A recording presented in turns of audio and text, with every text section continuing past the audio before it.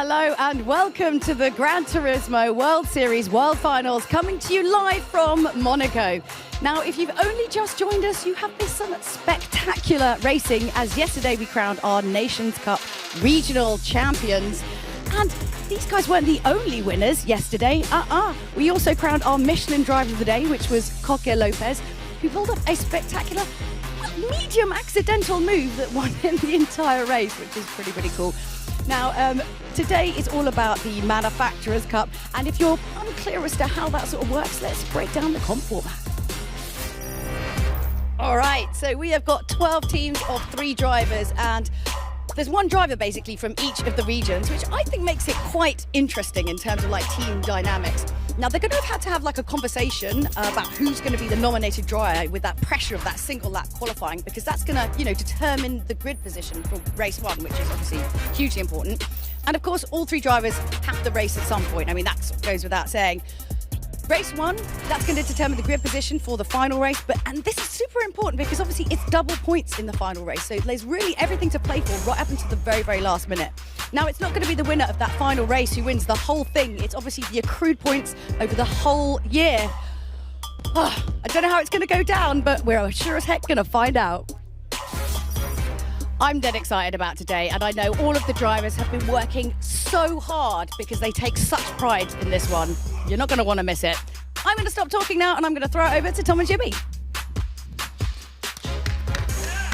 Thank you very much indeed, Julia. Welcome to Monaco. Welcome to the venue for the Manufacturers' Cup Grand Finals here for the 2022 GT World Series. My name's Tom Brooks. Alongside me, Jimmy Broadbent, JB. I mean, it's been an amazing year in the Manufacturers' Cup, and here is where we get to crown our champions. Yeah, I always love the Manufacturers Series. Proper teamwork required for this one, and a little bit of humility as well. Perhaps maybe if you're not as quick as your teammates in there. Absolutely. Yeah, I mean, thanks very much. Let's have a look, shall we, at qualifying, which took place earlier on today. It was a single-lap shootout for all of our drivers and manufacturers. You can see Honda setting the early pace, but look here at Team Porsche. They had Jose Serrano behind the wheel, and he managed to get to the top of the timesheets. I think he was pretty happy and pretty surprised by that, Jimmy. Talking of surprises, check out Nico Romero's reaction to finishing second in qualifying. He could hardly believe it, jumped out of his seat there. Awesome job by them. Team VW looking very quick in the middle sector, but a small mistake in the last part of the lap saw them 2/10 off the fastest lap, and disappointment there for Suzuki.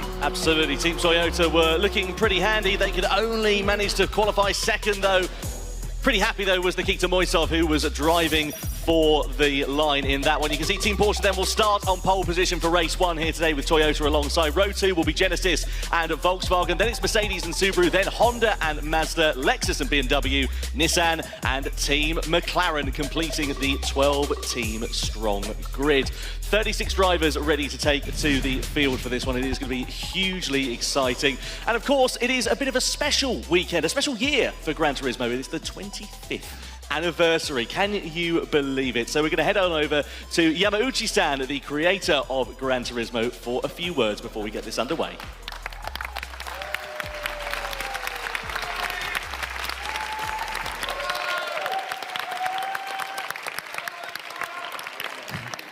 はい、今年25周年をグランツーリスモを迎えたわけですけれども、それもこれも、グランツーリスモを支えてくださった、ユーザーの皆さん、それからグランツーリスモに、関わってくださったさまざまな自動車メーカーをはじめとするパートナーの皆さん、それからメディアの皆さん、そして、グランツーリスモの、日々のね、楽しさを、常にキープしてくれている、コミュニティの皆さんに改めて感謝をしたいと思います。本当にありがとうございます。So we are celebrating our 25th anniversary this year, and it's really due to everyone who have supported Gran Turismo over the years, the users, the people of the automotive industry, all our partners, the media, and really people of the community who have continued to have fun playing Gran Turismo. And we are very thankful, and I'd like to show my appreciation to them. あと、この25年間、ずっとグランツーリスモを作り続けてきてくれた、ポリフォニーの、チームの、皆さんにも本当に感謝の気持ちを伝えたいと思います。ありがとうございます。And I'd like to also give my thanks to the Polyphony Digital team who have continued to work on the Gran Turismo series for the last 25 years. So thank you very much, everyone.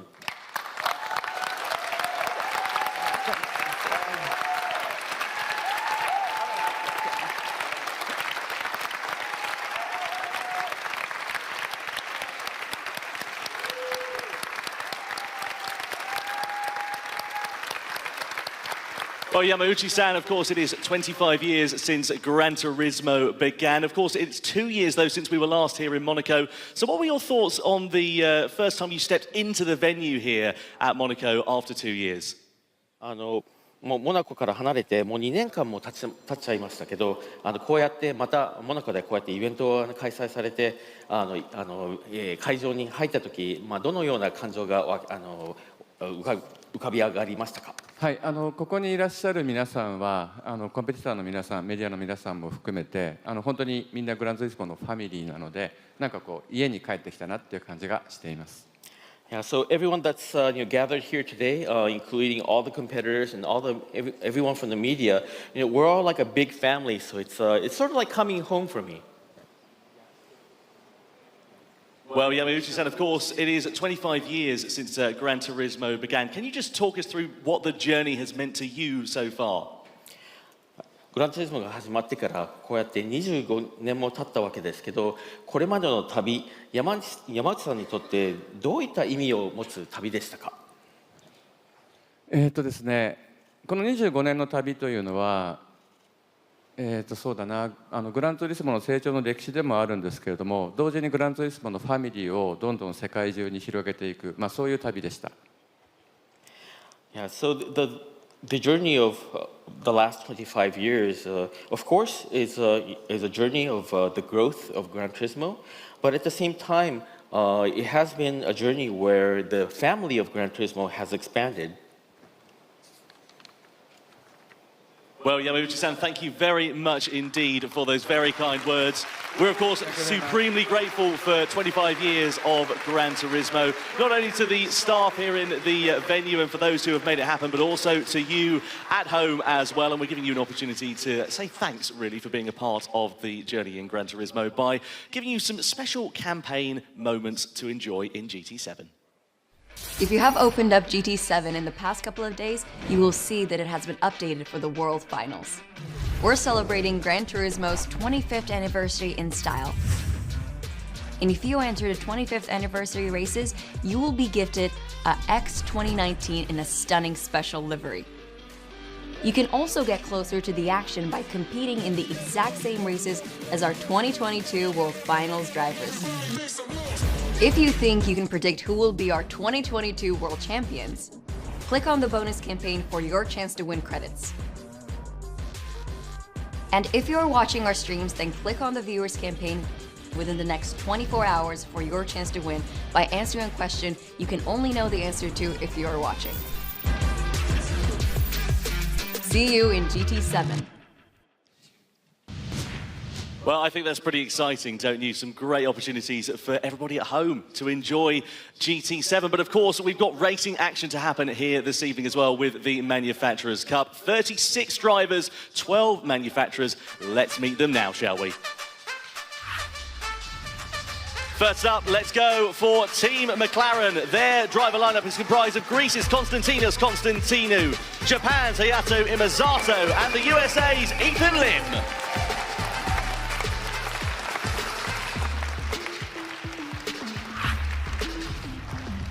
Team BMW, a German manufacturer, but a very varied lineup. Jose Brea from Spain, Yuki Kadaka from Japan, and the USA's Randall Hayward.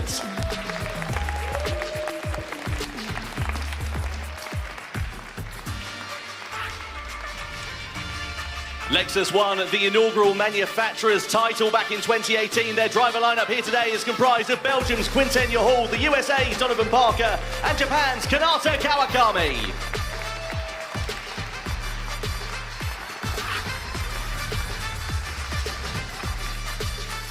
Honda have got 2021 Nations Cup champion Valerio Gallo, Brazil's Hal Pessoa, and Matt McEwen from New Zealand.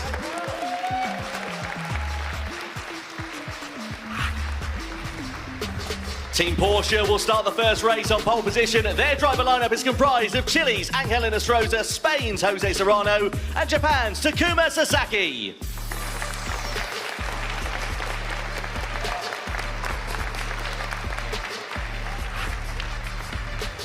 Newcomers to the Manufacturers' Cup in 2022, Genesis have got Japan's Yuito Sasaki, Nico Romero from Spain, and Dean Helch from the USA as their driver lineup.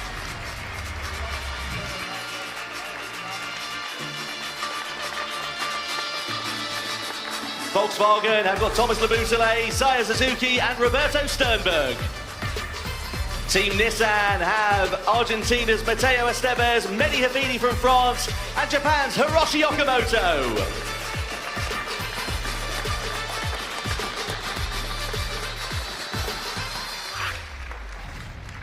Team Mazda will have Suko Nabatani, Giorgio Mangano, and Canada's Andrew Brooks at the helm.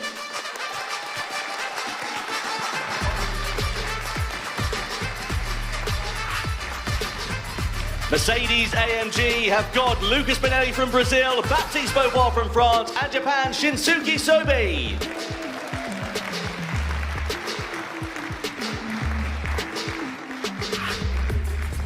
'20 Manufacturers Champions, Subaru have got Kylian Drumont from France, Danny Solis from the USA, and Japan's Takuma Miyazono as their driver lineup.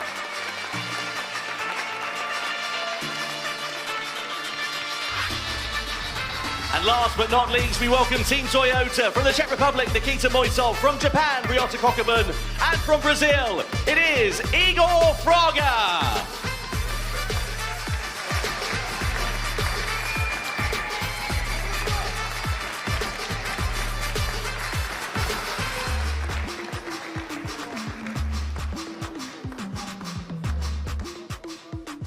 And before we get racing underway, your respect please now for the national anthem of our host nation here in Monaco.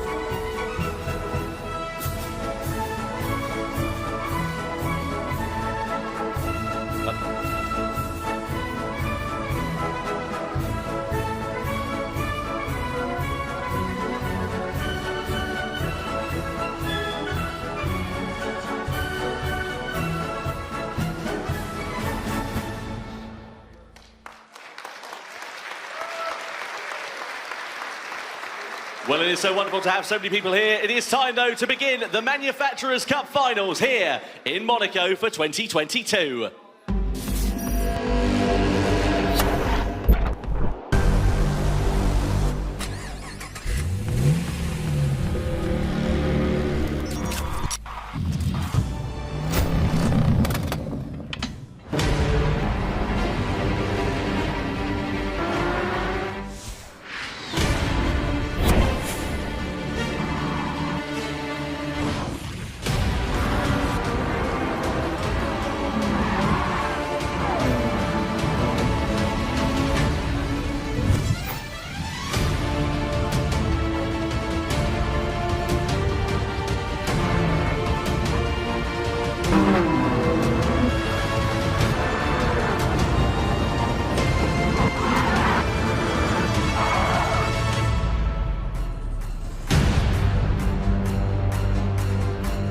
Well, a very big hello from wherever you are joining us from in the world. Welcome to Monaco for the 2022 Manufacturers' Cup Finals here.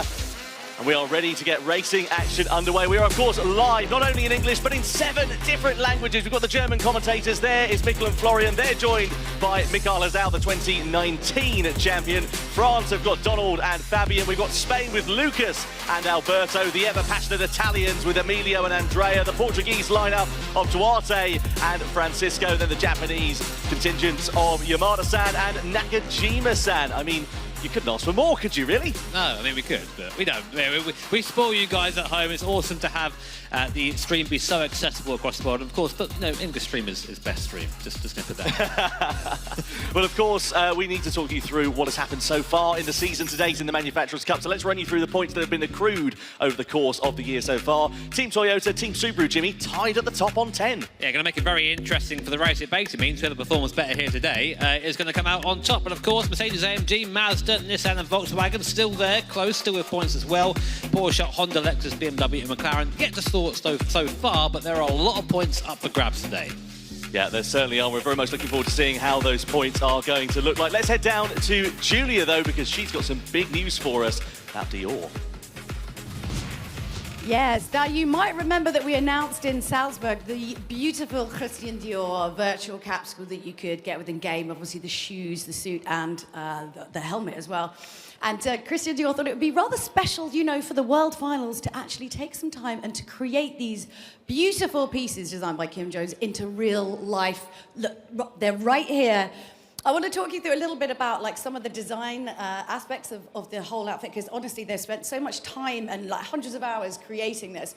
So you can see from the suit, actually, if you kind of zoom in, you see here, you have the Christian Dior diamond here. You have obviously the number 47, which is a hugely important number for Christian Dior because it's the year that the Maison was founded and their first runway show as well. So it's huge meaning for the entire company.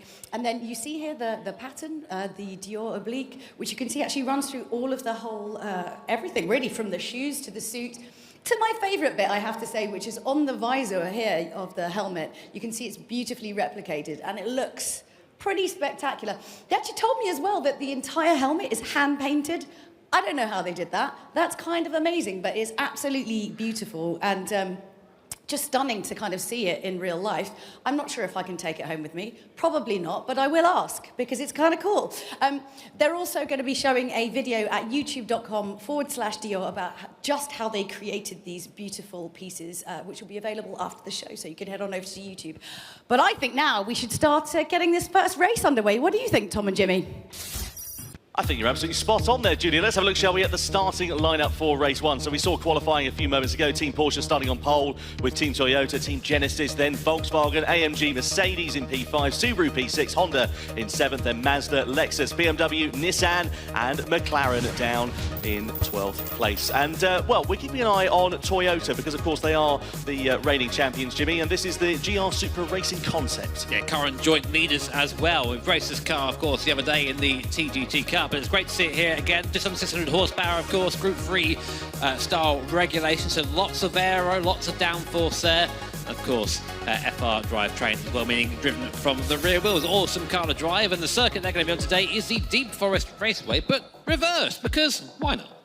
I love the creativity that Polyphony come up with for these events. We saw the Deep Forest Raceway back at round 3 of the World Series. Now we're doing it in the other direction. And if round 3 was anything to go by, it was chaos. So looking forward to this one. Hard, medium and soft tyres available. You can see there each tyre type must be used for a minimum of 6 laps over the 20-lap race duration. But with Time 6 tyre wear there, JB, I'm keen to see what the strategies are going to play out like.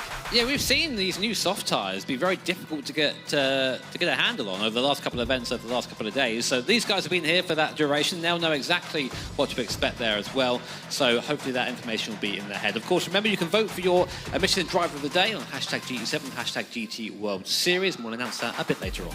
Absolutely. Of course, all three drivers must take part in this race from the different manufacturers. So they've now got their starting driver in the grid. Here's a look at what they're expecting the strategy to be like. If you start on the softs, you'll do it for 6 laps, 7 laps on the medium, 7 laps on the hards, and then you can see the different variations depending on where they start, Jimmy. Yeah, reminder, of course, you have to use every tyre for a minimum of 6 laps. So A lot of the drivers thinking basically it's going to be 8 laps on the softs and the rest of the tyres are like lava. But also, just to inform you that when you do come into the pit lane to change tyres, you do have to change driver as well. That is a requirement. So matching up the tyre stint to the driver, very important. You can see the tyre differential in terms of pace there. Medium's about 0.7 of a second slower. Hard's 1.6 seconds slower. So again, very keen to see what exactly is going to happen. But tension is in the air. We're ready to get the first race for the World Final of the Manufacturers' Cup underway here in Monaco.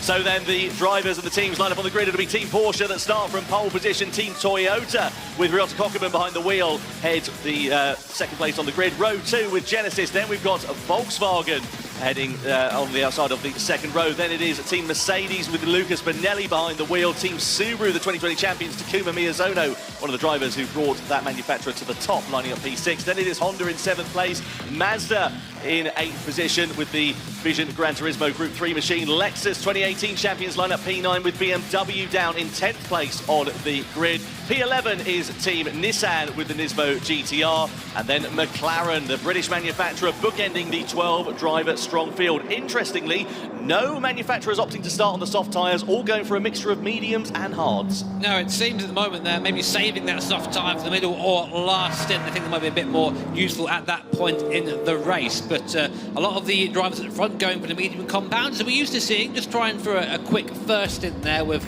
towards the back of the field going for that hard tyre stint, getting out of the way nice and quickly before they then go on to faster tyres from there. But Cabela's now getting ready for what it's going to be, I'm sure, an awesome race. Well, Team Toyota have taken 2 Manufacturers' Cup wins so far in 2022. The other 2 belong to Subaru. Will it be a Japanese squabble at the front, or will we see Porsche, who of course start this race on pole position, prevailing? We're about to find out over the course of this 20-lap race at Deep Forest Raceway in reverse. 3 drivers to take to the race for the different manufacturers, 36 in total, 12 manufacturers, and here we are ready to get race 1 of the Manufacturers' Cup World Finals underway here in Monaco. It's Team Porsche that lead the field down towards the first corner, followed by Team Toyota, then Team Genesis. Of course, we're running this circuit in reverse, so the first part of the circuit becomes quite an open, flowing element, really, and this is going to be really interesting to see how it works out before we head into the first big braking zone of the hairpin. And you can see there Volkswagen already coming under pressure from Mercedes AMG. They're going for the defensive and actually on the attack, as it turns out, on Genesis. It's all getting a bit rough and tumble in the mid part of the first couple of corners, but we ride on board here with Mercedes. They started 5th, they still sit in 5th. Yeah, good start from McLaren there, from the back of the field up to P9 already. That Subaru, though, struggling a little bit in the straight line down here. Honda right up behind it, on board with the Mercedes AMG right now. First big braking zone, VW goes lunging up the inside of the Genesis, and they slow down on the apex. Contact there between the Mercedes and Volkswagen, and Genesis, from what I can see, have even had an incident or been shuffled down massively, because they're now showing down as 8th place, so I think they must have hit the wall. Yeah, I think you're quite right. Yeah, clearly contact there has not helped them out at all. Here is Mercedes, Lucas Bonelli starting this race for the German manufacturer, right up the gearbox of the Volkswagen team then, as they come through the mid part of this circuit, very much one at a time as you go through here. You can see the incident under investigation on that first lap between Mercedes and Genesis, so the steward's going to be reviewing that corner by corner. You can see Lucas Bonelli really trying to close up onto the back of the Volkswagen. Thomas Laboutelet, the Frenchman, behind the wheel, but also it's allowing Subaru to close up as well. Takuma Miyazono fancies a slice of the pie here too. Yeah, so a lot of stuff under investigation, at the moment, so we'll get onto that as soon as we know what the results are. Mercedes looking to the outside here of VW. See that Subaru in a straight line is absolutely nowhere, but under braking in the corners, it can close right up. Loads of downforce on that thing. Going to one of the big braking zones now. Good place to lunge here if you're feeling like a bit of a move, but not quite close enough. Is Mercedes at the moment. In the background, Honda squabbling with Mazda as well. But a decent start here from VW. Toyota, though, in front of us, putting away, as are Porsche. Nissan have made a pretty good start to this race as it stands, sitting there in 9th position on the medium compound of tyres. Here we go side by side with Mercedes versus Volkswagen. Then so it's Bonelli versus Laboutelet. Up the inside goes Lucas Bonelli, and he goes through into 3rd place at the hairpin. Need to keep an eye out as well for Takuma Miyazono in the Subaru, very close behind, because these 3 drivers all running nose to tail. This is going to get pretty interesting. Let's have another look at that incident down into the hairpin here, Jimmy. Yeah, here we are, VW on the inside. Genesis gets punted big time by Mercedes there, is then sideways across the circuit. That is... Yeah, I don't think we can repeat what he said there. I think that's why it was in slow-mo. I think so, but yeah, Nicky Romero, understandably not happy with that. I mean, that's a slam dunk for me. That was just a smash and run there from Bonelli in the Mercedes. Stewart's still looking at that, though, at the moment, so we'll wait for their say-so before we go on from there. But at the moment, Porsche's still leading. We're on board now with Subaru. We'll get an idea of the power difference between the two cars. Look at this. VW in front of us. We're in the tow, and we're being gapped at the moment by the VW in front. But watch us into the braking zone. To come and be a zone out of the wheel. We know how capable of a driver he is. So let's watch him into this braking zone through the left-hander, heavy on the brakes, and just like that, he's right back on the back of them once again. So power isn't everything here in this race. No, that Subaru, the BOP has been slightly adjusted. Penalty there, 2 seconds for Mercedes-AMG. You said it was a slam dunk, Jimmy, and 2 seconds is really going to compromise their race, especially given it's so early because the field is so close together. Yeah, I would actually give more than that, I think. It was a proper big hit, that. But, yeah, 2-second penalty, definitely worthy of the crime there. Mercedes-AMG are going to serve that coming up to the next penalty zone, which actually is, they have to go around a whole other lap before they can get that on the back straight here. So here's another replay from the perspective, of Mercedes. VW up the inside, and then just, I don't know, it doesn't really acknowledge the existence of a Genesis, just drives into it like it isn't there. It's such a weird one. Yeah, Gap was always going to disappear, wasn't it? And whether he just outbraked himself and decided to use him as a bit of a boat anchor, either way, it has really compromised the driver of the Mercedes, which is Lucas Bonelli, and of course compromised the rest of the team for the strategy of that race, because after this penalty is served, they will fall behind Volkswagen, they will fall behind Subaru, and it's going to put them closer to Honda, who are in 6th place. And I have to say, Honda doing a really good job in the early stages of this one here, Jimmy. Matt McEwen behind the wheel of this one, and BMW picking up a 2-second penalty here too. Yeah, I didn't actually see what that one was for. We might get a replay of that at some point, but still a 2-second penalty. To be fair to them, it's not going well anyway. They're off the back by about 5 or about a second. So, meanwhile, Genesis trying to make their way back through the field here, through Honda and through Nissan there. 2 wide behind Genesis, they're leading this little pack. Nissan just about tucks back in behind the Genesis, but Honda there looking very, very feisty at this point. A Subaru ahead goes ahead of Mercedes after serving their penalty. So teams that have had a good start to this race include Volkswagen, Subaru and Nissan. They've been up 1, 2 and 4 places respectively. Bad start to the race, as we know, for Genesis, down 3 positions from where they started. We look at them now. They have got Nissan breathing down their neck, and not too far adrift is Honda as well. Honda were doing a good job. They were up there in 6th place just a few moments ago, have now been overtaken by Genesis and in turn Nissan too. Yeah, they are on that hard tyre there, Tom, so on the hard runners they are kind of leading that second pack. Genesis has done a good job of coming back through. Nissan, of course, as well, starting from P11 on the grid, +4 right now, and Genesis have been given a 1-second penalty for driving dangerously post-incident. Now, we didn't see the full replay there. We saw him get biffed. We didn't see him come back on, so this is the replay of BMW and their penalty. Let's see what they did here. We're going to go up the inside of Lexus. A little bit of contact there, and round goes Lexus. So, that's a shame there. That was a very messy first lap. Yuki Hidaka, who was behind the wheel, that was going in towards that hairpin. Of course, the first real opportunist braking zone on the circuit, and drivers just getting a little bit too eager, maybe cold tyres and cold brakes not helping them at all. So here is the 1-second penalty that Genesis have got, and they will have to serve that. They will then, of course, fall behind Nissan and possibly into the clutches of Honda and Mazda, who are not too, of Nissan, of Honda and Mazda, I was right initially, who are not too far adrift. Here we are ready to serve that penalty here for Genesis then, so it's going to be into the penalty zone.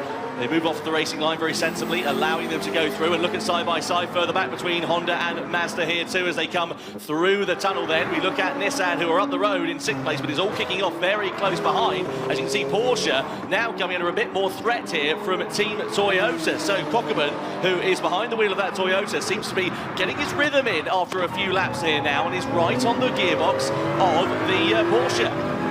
Yeah, really, really good performance so far from the top 2 drivers here.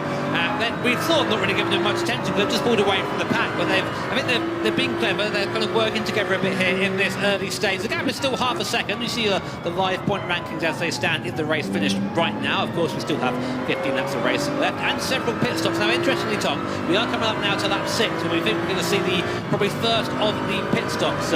What we think we're going to see, what I think we're going to see, is the teams do both 6 laps on the medium and the hard, and then do that 8 laps there on that soft tyre and really make the best use of that tyre.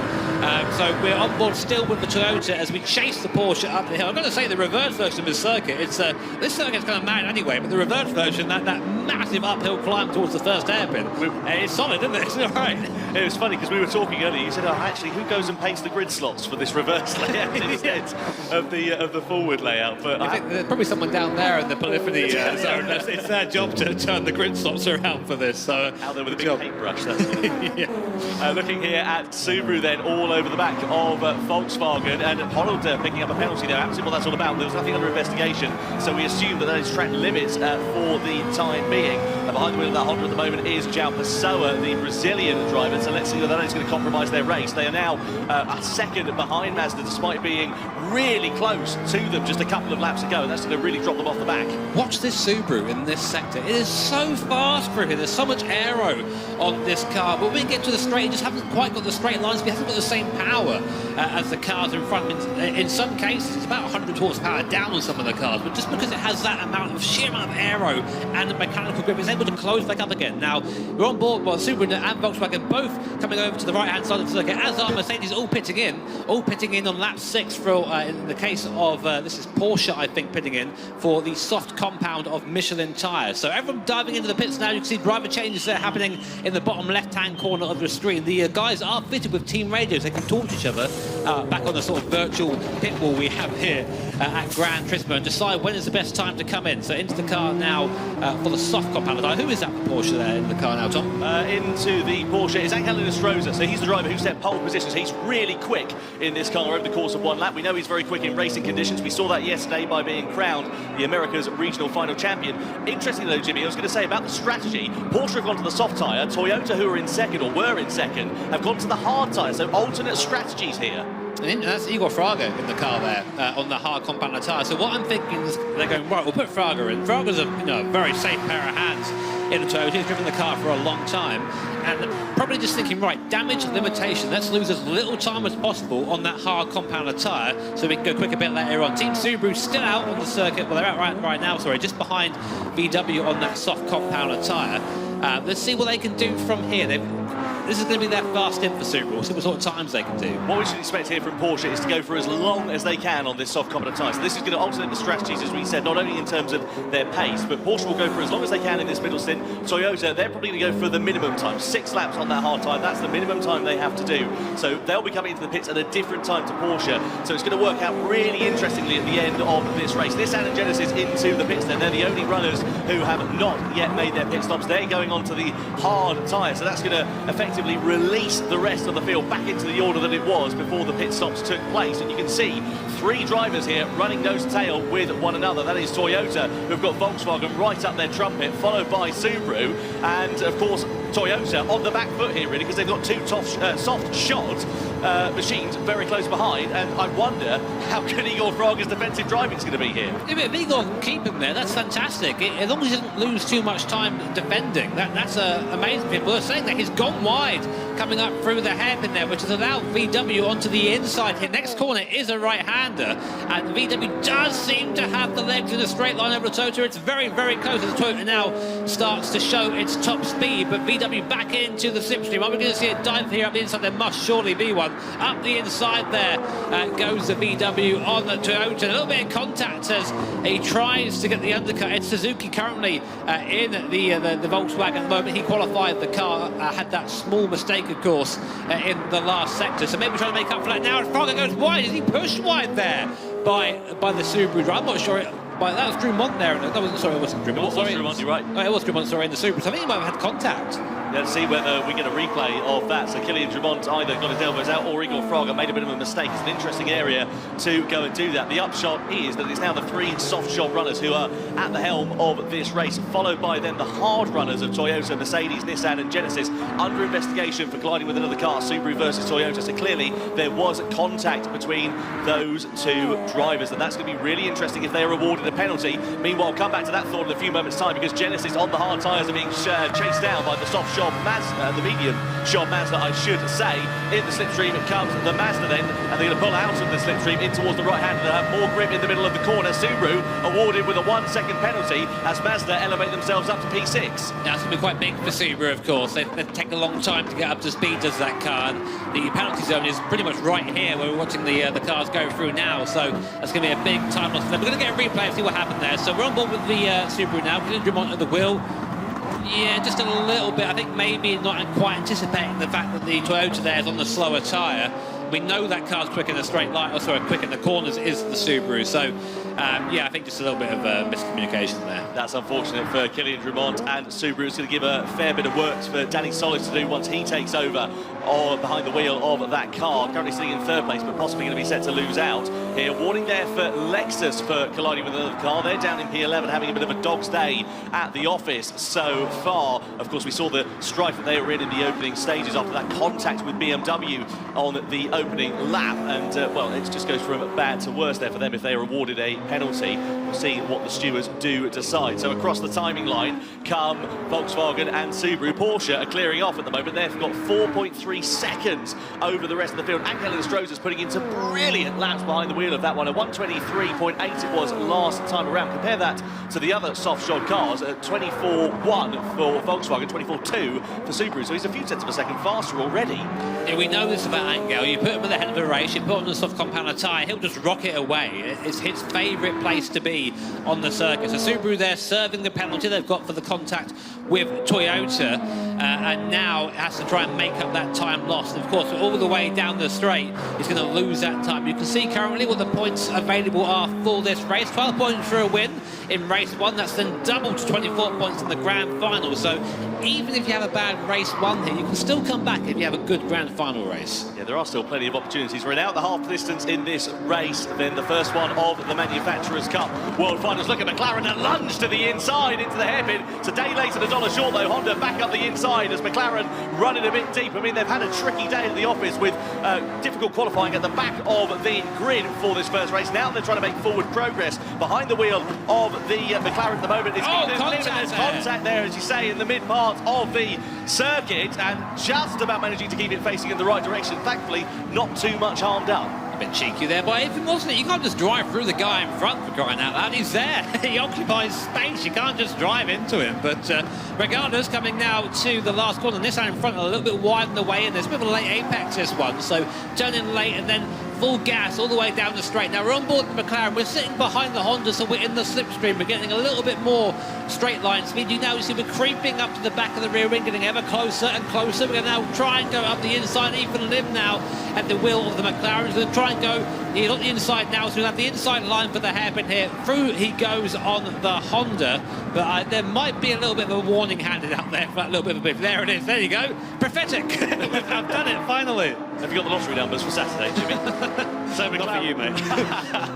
McLaren, Ethan Lim up into 8th place. So Matt McEwen defenceless despite his best efforts. Genesis having been awarded a penalty in 6th place again as well. So that's been, what, the second penalty that they've received here in this race. I think that might be for track limits because we didn't see a graphic flash up on the screen. And we'll be keen to see what that is going to affect their race. If it's a half-second penalty, it won't be too much of drama because they're already 8 seconds off the back of Mercedes, who are in 5th place, and 2 seconds or so just ahead of Nissan in 7th. On board we ride here though with Matt McEwen, and instead of it being a duo of drivers fighting for position, it's set to become a trio here because slowly, step by step, they've been closing up onto the back of the hard shot Nissan.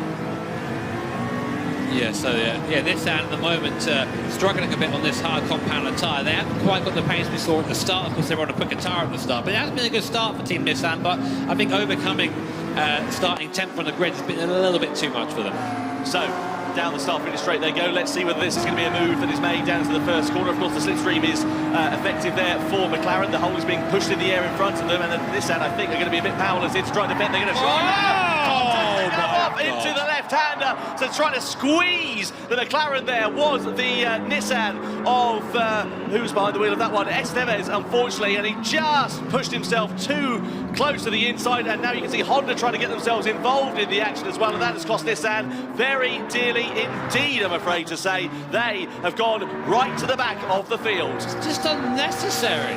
You don't need to be racing each other that close on lap 12, but we'll see a replay of it. We'll see what happened there.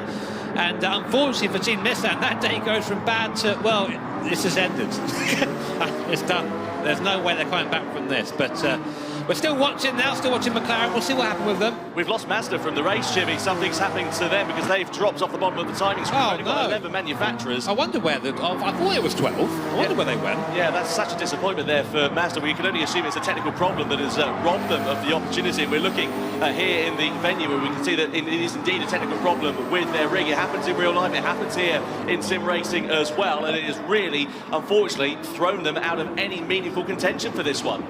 Yeah, real shame for them, but we've had horrible to have another issue like that for Team Mazda, but the grand final is still there. There are still double points and offer for there, so it isn't over for them yet. Now, Team Toyota, Igor Fraga comes into the pit lane, goes onto the soft compound of tyre, and that's going to be Nikita Moisov now in the car, who qualified the car, and did a fairly good job. I mean, I looked at their team lineup earlier on, and I thought Nikita Moisov might be the slowest driver there, but that's, that's not a bad thing at all, Like, I think they're all very, very equal. But he comes out just ahead of Team BMW there, which is good. Not because they're fighting with BMW, but because now he has lots of free air in front of him. The car in front is a Lexus. He's on the soft compound tyre. He's going to drive into that gap now and really put the pressure on Team Porsche. At the front, by the way, Team Porsche have increased the lead, to nearly 5 seconds.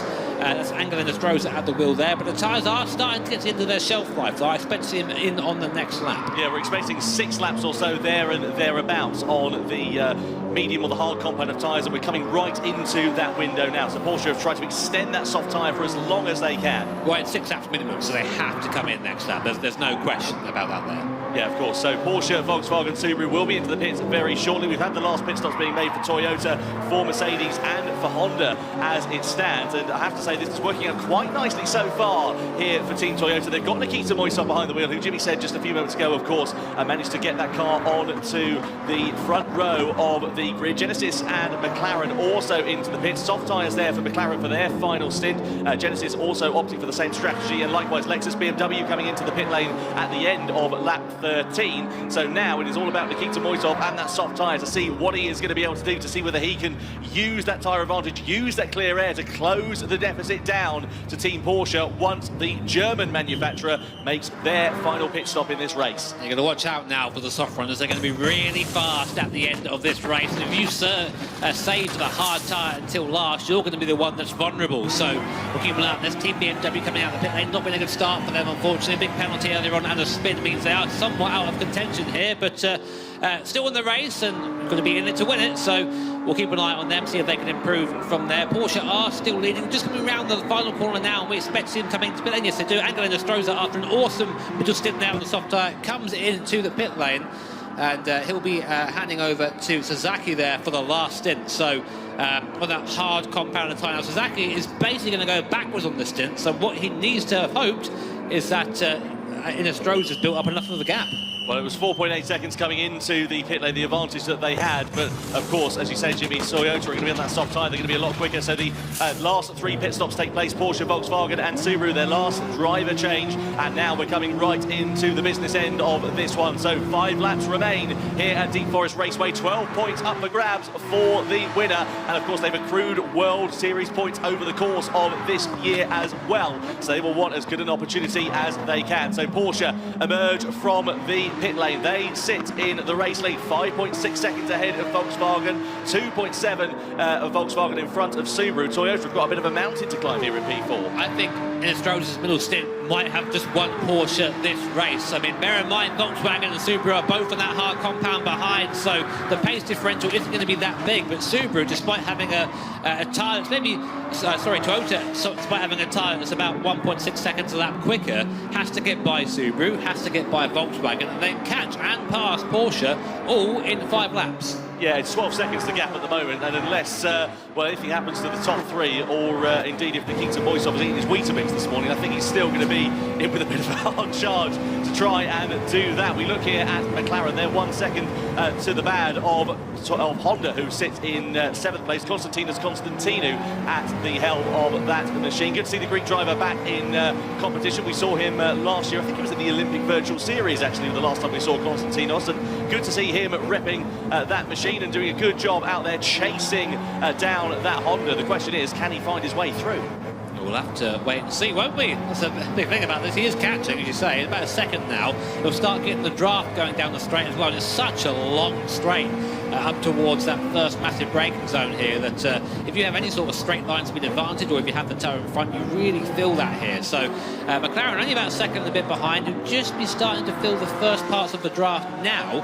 And that McLaren seems to be fairly quick in the straight line anyway. So all good there for Team McLaren. Meanwhile, Subaru and Toyota now getting close together. Subaru, of course, on that harder compound tyre. Maybe it's time now for a bit of payback here for Team Toyota. Of course, we had Drumont give Fraga a bit of a biff. Now maybe it's time for Moisov to give who's that, Solis in the car a little bit of a biff there. So McLaren, 2-second penalty, and Toyota up the inside. Decisive move there up the inside of Team Subaru, up into third place. Now, can they catch Volkswagen? 3 seconds to go. Absolutely. Well, of course, there are still points on offer for first, second, third, and all the way down. So they want to accrue as many points as they possibly can. If second is going to be the best opportunity that Team Toyota will get, it will be where they qualify, where they will finish, and it will be a very welcome result for them because, of course, they were tied on points coming into this event here too. Toyota are charging though. They've done the fastest lap of the race, a 23.7 on that last lap there. Of course, this lap will probably be a bit slower due to the overtake, but they're looking very, very quick indeed. In fact, 2 seconds quicker than the Porsche on the last time around. So on that pace, they might actually get there. It'll be close, but they might just make it. And Moisov now really got his head down, really is trying to bring that gap down as quick as possible. In the background, Mercedes also gets by Subaru. Now, this is terrible for Subaru. Subaru and Toyota are currently joint on points at the moment at the top of the standings. Of course, every point they lose to Team Toyota is another point behind going into the grand final. But if you're Porsche right now, you're happy, you're sitting pretty. Well, the one crumb of comfort they can take is, of course, it is double points for the grand final there for Subaru. But they need to try and hang on to the coattails of Mercedes if they can possibly do so. But it is going to be a hard old task given the lack of straight line speed that we've seen that BRZ suffer from this year, and of course the fact that they are on the hard tyres relative to those around them being on the soft. Just to give you an idea of the difference in pace between Porsche, who lead this race, 125.8 it was last time around for Porsche. For Toyota, a 124.3, so there's 8.1 seconds separating them. 3 laps now remaining. I think it's going to be too much of a hard task to challenge for the race lead, but I think second place is definitely on the cards, and you can see that gap visibly closing here. Yeah, if you're in the VW right now, you are panicking. You're like, oh no, I know, get away from me, get away. But there's not much you can do on that hard compound tyre. The difference, I mean, we see it. It's more like it's in braking, it's in traction, mid-corner, everywhere you're slower. So all it takes is for Toyota to get there. We might see some defensive driving from Team VW, but I'm not sure it's going to be enough. It's two and a bit laps left now for VW to try and defend this. I don't think they're going to be able to do it, Tom. No, I think you could be quite right. Well, Roberto Sternberg is behind the wheel of that Volkswagen. Behind the wheel of Toyota, as we know, is the Czech driver Nikita Moisov, and it is really all to play for. Very deep on the brakes there goes Roberto Sternberg. Was he on the handbrake there on the way?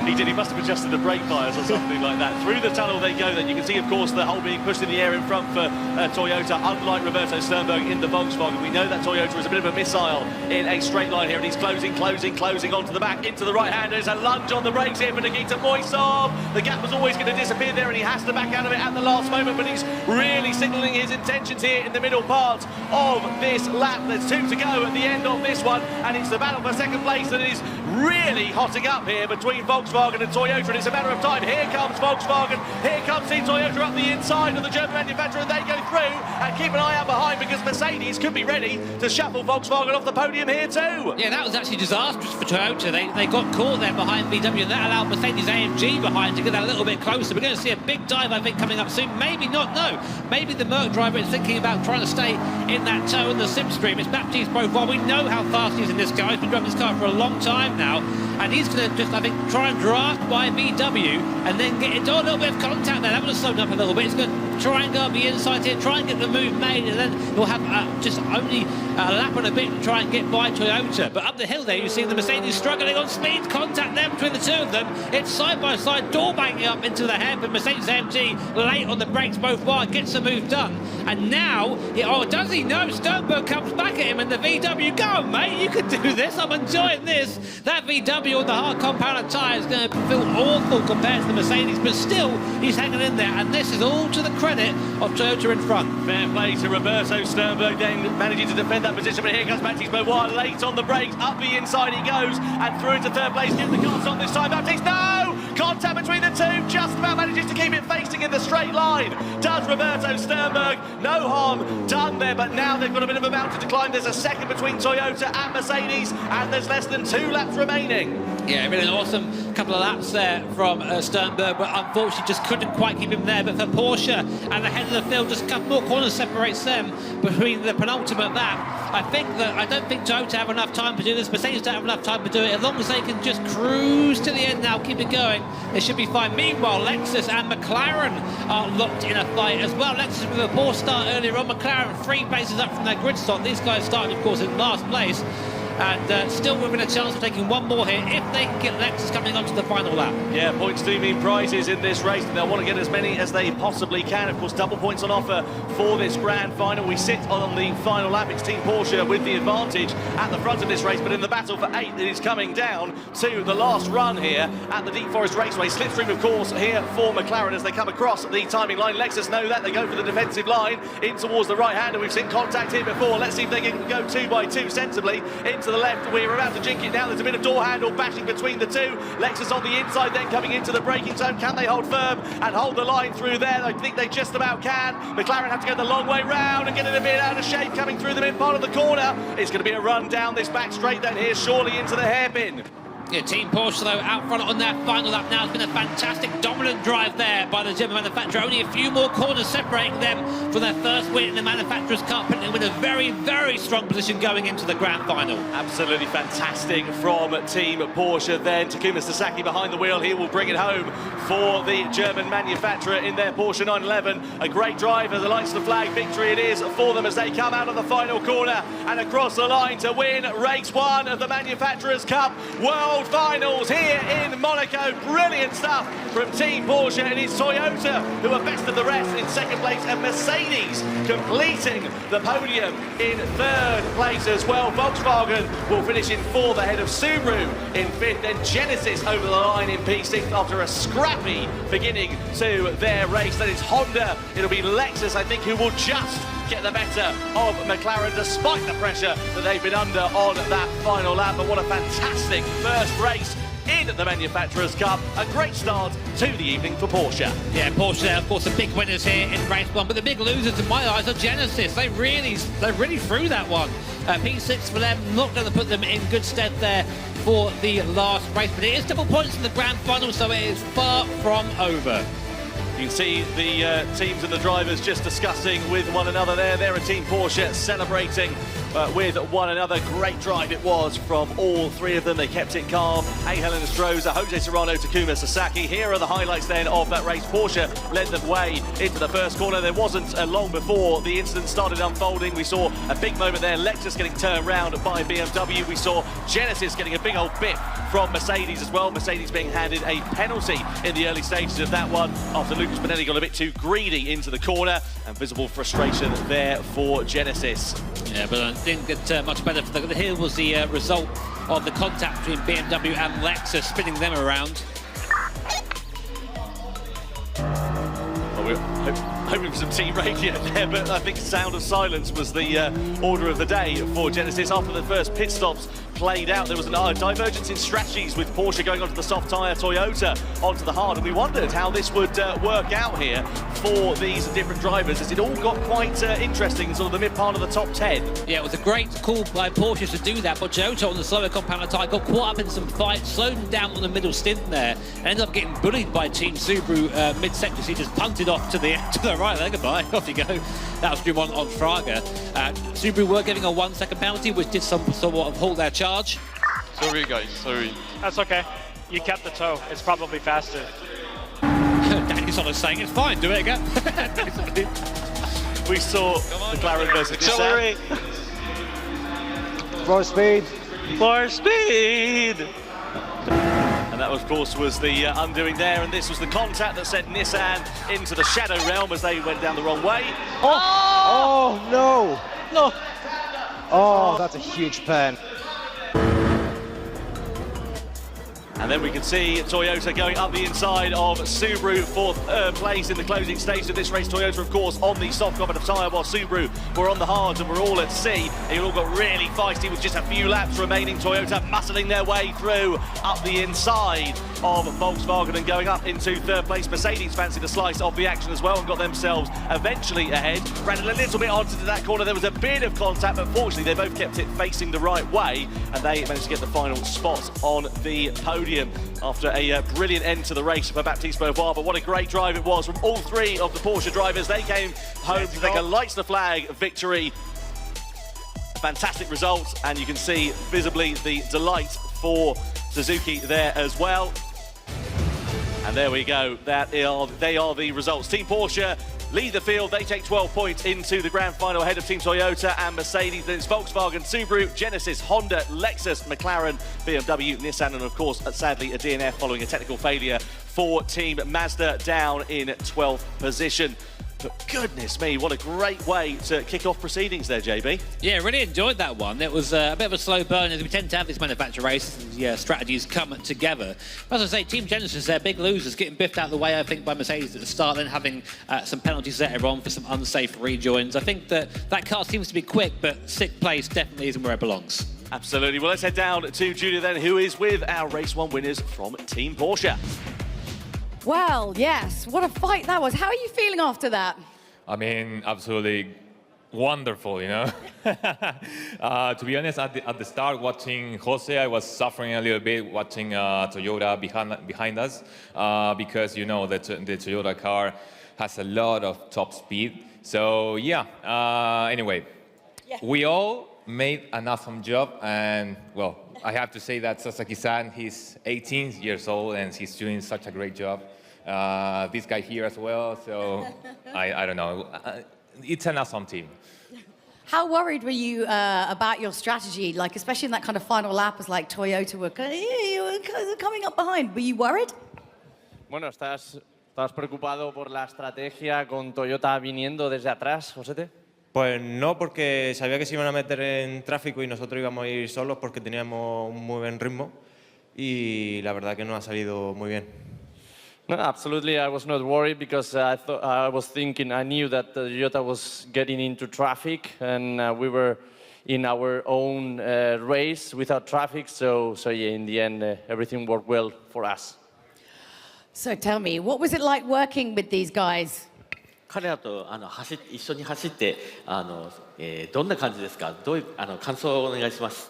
そうですね。非常に心強くて、すごくマージンを取っていただいたので、僕は自分の走りに、集中することができました。Yeah, I mean they're very strong drivers, and because they built such a big gap, you know, before I got in the car, I could really focus on my driving. So, okay, what's the plan for the grand final? To fight with everything we have. We know that it is a Spa. The Porsche maybe not be that good, but maybe there's some rain coming, hopefully. So so yeah, and it's double points, you know. So yeah, absolutely. We'll do everything we can. Okay, well, why don't we give them a massive round of applause for a very well-run race there. Well done, guys. And we're going to chuck it back to you, Tom and Jimmy. Yeah, thank you very much, Jules. Very sinister whisper coming from Julia in the middle of that interview. But huge congratulations to Team Porsche nonetheless. Let's have a look, shall we, at the point standings after that first race in the Manufacturers' Cup World Final. So, of course, we've got the World Series points. We've now got the Race 1 points, and it's advantage Team Toyota by 4 to the good from Subaru. Yeah, you can see that second place really helped them out there, of course. 4 points now over Subaru, as you said. Mercedes coming into play as well with 15 points, and Porsche, after an awesome Race 1, move up from 0 points, back of the pack up to P4. So, grand final, though, of course, worth worth double points, so a good result for I think any of the top 4 or 5 teams. Could see them rocket up to the top of the table there. And you can see that DNF really hurt Team Mazda. No points on the board, 5 points they've accrued over the course of this year, but they're down now in 7th in the standings, following everybody else scoring. Have to pay respects to Mazda. It's not over though, it's not over, definitely not over. No, absolutely. Well, let's head over to Julia in a few moments' time. She's going to be with Subaru before we get this grand final race underway. Having a bit of a chat. Sorry, we're supposed to be doing a live show, I guess? I don't know. Guys, how are you doing? I mean, how was that last race for you? It's a good race for us because P5 is the maximum for the car. It's not very great, so deep for us. But on Spa will be more good for us. So yeah, for win the championships, I want this win this race. So I want. Yeah. I think it's great seeing you guys together. This is super cool for me. I'm enjoying this immensely. How do you feel going into the race? Like, how are you going to kind of focus and pull it through? この2人が並んで走ってるのを見るのすごく私嬉しくなるんですけど、次のレースどうやって何に集中して勝とうと思っていますか？はい。僕もキリアンとダニエルと一緒にチームを組めるのは非常に今回すごい嬉しいですし、決勝はもうなるようになると思うので、個人的には雨が降るのをすごい期待しているので、雨が降ってくれればいいなと思ってて、で3人で力を合わせて、チャンピオンを取れたらなというふうに思っています。Yeah, so I mean, I'm very happy to be here, driving together with Killian and Daniel, in the final, I hear that there may be some rain. We're pretty good in the rain. I'm pretty good in the rain, so I'm hoping that it does come. And I just want to work together with them to try to win. And so, as it's kind of a little bit up in the air, what the weather might be, maybe in the last one. How have you practiced for this? Yeah, I practice a lot on the rain. Yes. Yeah, because it's very important for the race. So I hope you have so much rain for the race. So I hope. It's not often, I think, that drivers like, yeah, you know what, let's have some rain. Doesn't happen that often. Well, look, you guys are amazing drivers. We have every confidence in you, and I think good luck going into that grand final. Thank you. Thanks. Back to you, Tom and Jimmy.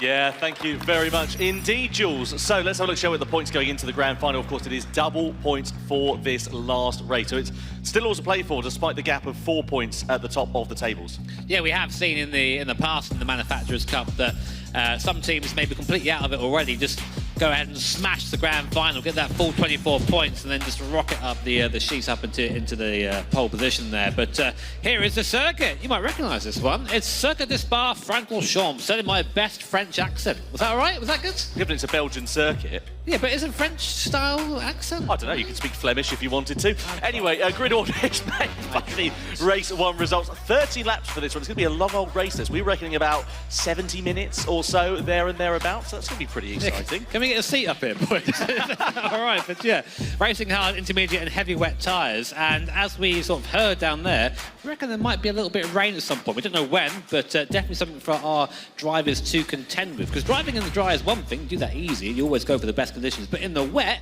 it all gets sort of turned upside down. Well, I hark back to when we had one of the World Series events in the rain earlier on here this year. Do you remember, was it Takuma Miyazono, I think it could have been, who managed to just blitz the strategy effectively? Yeah, just drove through the field at the end of the race. And I mean, if teams can pull that off and read the weather, read the conditions right, that could be the difference between them finishing, say, 6th or finishing in 1st. Exactly, all about being on the right car at the right time. So here, a couple of little stats for you. This is the Manufacturers' Cup in numbers. So Baptiste Beauvoir, he's done the most races yet. 18 races, that many? Baptiste, mate. Been around for a while, but of course Igor Fraga and Yamanaka there. 13 top 5 finishes with Igor Fraga with 7 wins. There's a reason why we talk about Igor Fraga so much. Guy's based. So eloquently put. Well, this is an endurance race, Jimmy. We love an endurance race. What makes this so special for the strategy?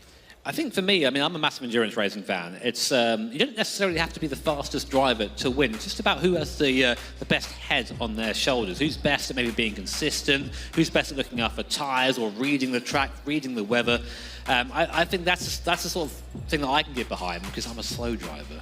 So I like to try and use anything else to my at my disposal there. And like you say, right tyre at the right time. Do you think some of the teams may take it a bit conservatively, given that there are double points on offer, or do you think they're just going to go hell for leather and say, it's solid, it's the grand final? Depends where you are in the standing. If you're a bit further down, just send it. I'd go for the risky option every time because there's no point being conservative because you won't move up at all. But it also plays into the strategy for which driver is going to be in the car on which tyre. Maybe some drivers here, you say Mir's only good in the wet. I've heard Fraga's pretty decent in the wet as well. Getting him out there on that tyre at that moment is going to be really important. And of course, we've also said every time you come into the pit lane and change tyres, you have to change drivers. So if we have more than 2 stops, they have to go back to the first driver once again. So it can get... It's quite hard to understand it all. Yeah, we need a pen and a paper and a very, very big pad, I think, to be honest with you. Anyway, of course, we have got some big, exciting news to unveil here tomorrow for the Nations Cup World Finals. We're live at 5 p.m. here in Monaco, and you can see the Ferrari Vision Gran Turismo is going to be unveiled. And genuinely, no word of a lie, we haven't seen this car yet. So the first time we see it will be with you guys live on the stream. So let's get ready then, shall we, to go for the Manufacturers' Cup. It is time for the grand finals here in Monaco. We're about to crown our world champions. Let's see who is going to reign supreme.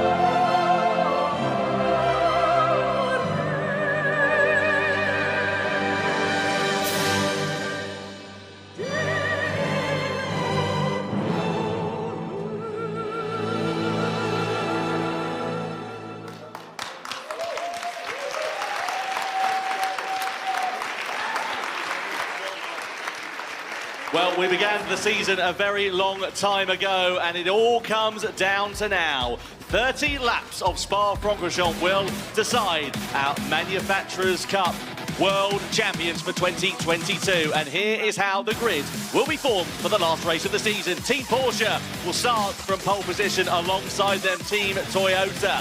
The next row of the grid is comprised of Mercedes AMG. Next up, it is Team Volkswagen, a strong end to their race despite being on the hard tyres in race 1. Team Subaru head the third row of the grid with Genesis, the newcomers in 2022, lining up P6. Then it is Honda in P7, alongside Lexus in P8 on the grid. 9th position is McLaren with a scrappy first race. They'll be hoping for cleaner things in race 2, the grand final. BMW line up alongside them. Team Nissan down on the final row of the grid in 11th place. And great to see Mazda back out and ready to go here for the grand final. And of course, Jimmy, one thing we have to mention, there's a bit of rain on the horizon, and it's already raining now. It is raining, and interestingly, Team Toyota, the only team to go for that full wet tyre. Everyone else an intermediate, so this could either be a masterstroke from Team Toyota or disaster. But regardless, on that intermediate compounded tyre, taking that line, that racing line, is going to be very tricky. The traditional racing line is already rubbered up, it's going to be slippy, so you have to try and weigh up whether it's going to take the wet line or stay on that dry racing line for the quickest line through the corner. But 20 laps coming up here at Spa. Team Porsche leading the way. This is going to be a super interesting race. Just saw Adam Christodoulou, factory Mercedes AMG driver, down there talking to the AMG team. Maybe he can impart some words of wisdom. There's Igor Fraga also communicating with his team as we get ready to go then. So we're about to crown our world champions. It is time for the Manufacturers' Cup Grand Finals here in Monaco as we go green and go racing for the final time in 2022 as Porsche lead the field across the timing line and down in towards the first corner of La Source. So it's Porsche from Toyota, from Mercedes into the first corner. Of course, that rolling start spreads the field out. Don't expect too many moves to be made in the early stages, although Honda seems to be making a good ascension through the field. Let's see how the full wet tyres are going to work out for Toyota as we come up the rise Crew Rouge and Radion for the first time. Already a second from Porsche to Toyota, so Toyota really struggling to get out of the source it on the hairpin there on that heavy wet compound tyre, and immediately you can see darting offline, trying to one, break the toe, and two, keep that tyre cool. But in the slipstream there, in the draft, building up Genesis there alongside Honda as we go into Lake Home for the first time. Honda is defending for now, so keeping the place at the moment, but Honda up 2 places there from last starting position. Subaru on that main straight there, down 2, just not able to keep the rest of the pack with the straight line speed. Yeah, Nico Romero doing a good job behind the wheel of that Genesis to get his elbows out in the early stages whilst the field is really bunched up down in towards Rivage we go. This is turn 8. The car always wants to understeer going through here, and you can see, of course, that the front engine cars are going to be a little bit harder to turn than some of the mid-engine machines as we go through the left-hander of Ixon on the run down the hill in towards Pouon. So 9/10 of a second is the advantage here for Team Porsche, and I wonder whether it's going to be a case of the cork in the bottle for Mercedes and Volkswagen once they're able to depose of Toyota on those intermediate tyres, whether they will be able to pull out an advantage. Of course, there's a big variable here because if the rain gets harder, then Toyota will be in the pouncing, but they need to not burn those tyres up too early on.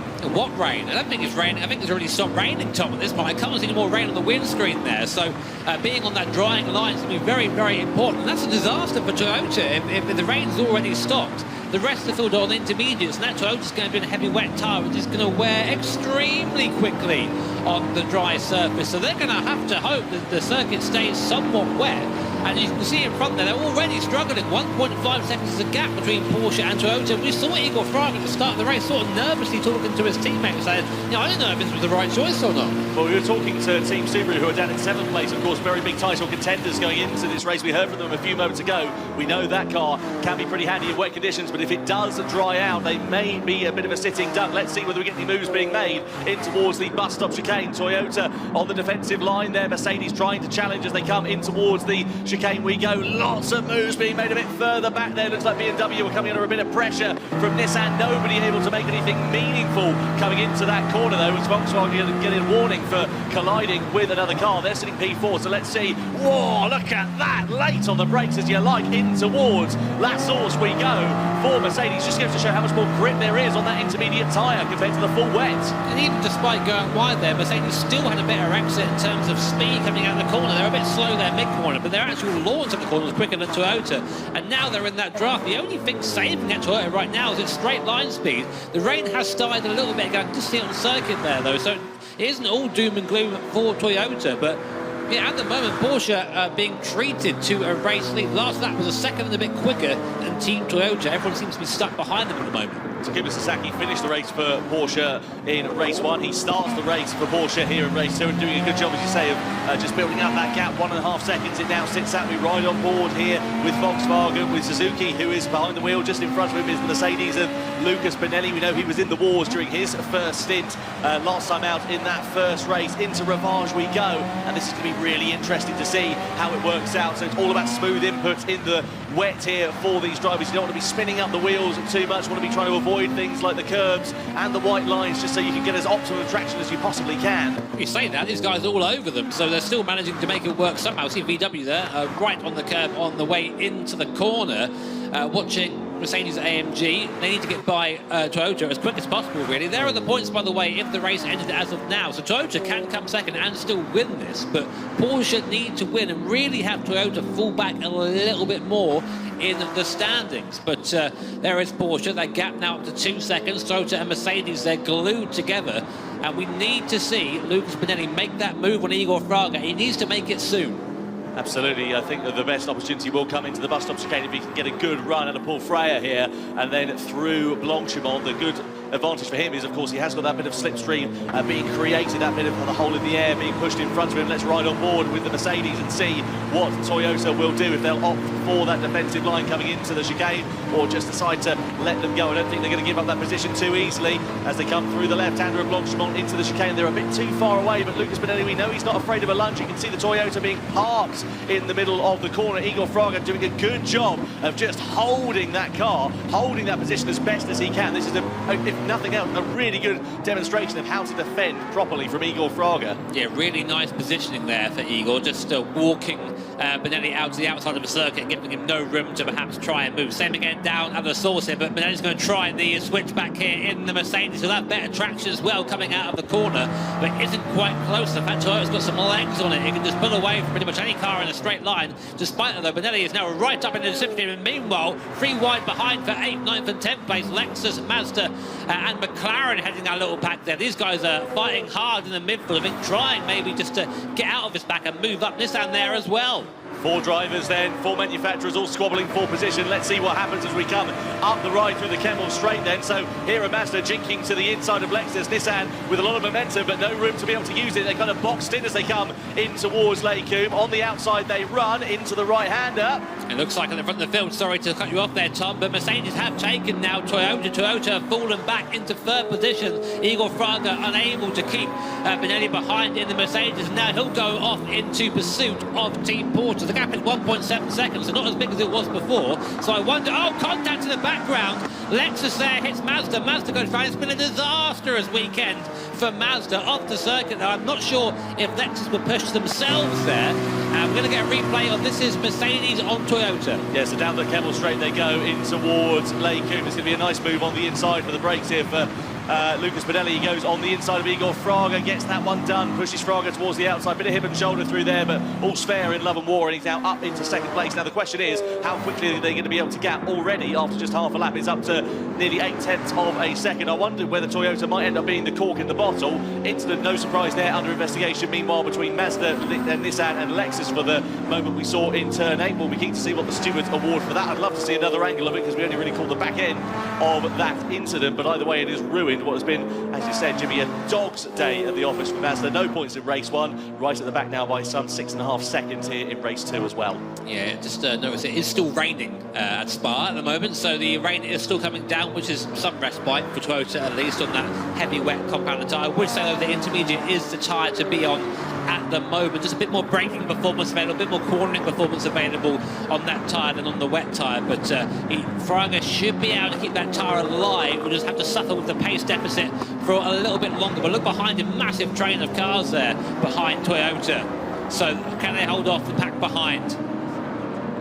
Second lap on, I think we will be faster, I think. Oh, Toyota just on wet. Yeah, that might just cost him a world championship, Nico. Probably. Interesting there. Interesting. Hearing Genesis talking about Toyota saying being on the wet tyre might have just cost them the championship. It's a very good point because, of course, they are only 4 points ahead when they were in 2nd place. If the checkered flag fell when they were in 2nd, they would have got the championship. Let's have another look at a replay of this incident then. So we're on board here with Nissan in 11th place. Mazda just up the road, Lexus just ahead of them. So Mazda go to the inside, there's contact. Oh, it's just way too late on the brakes, and then Nissan try to join in sympathy as well. Let's have some team radio. Oh, come on, come on. Oh, man. Who was that?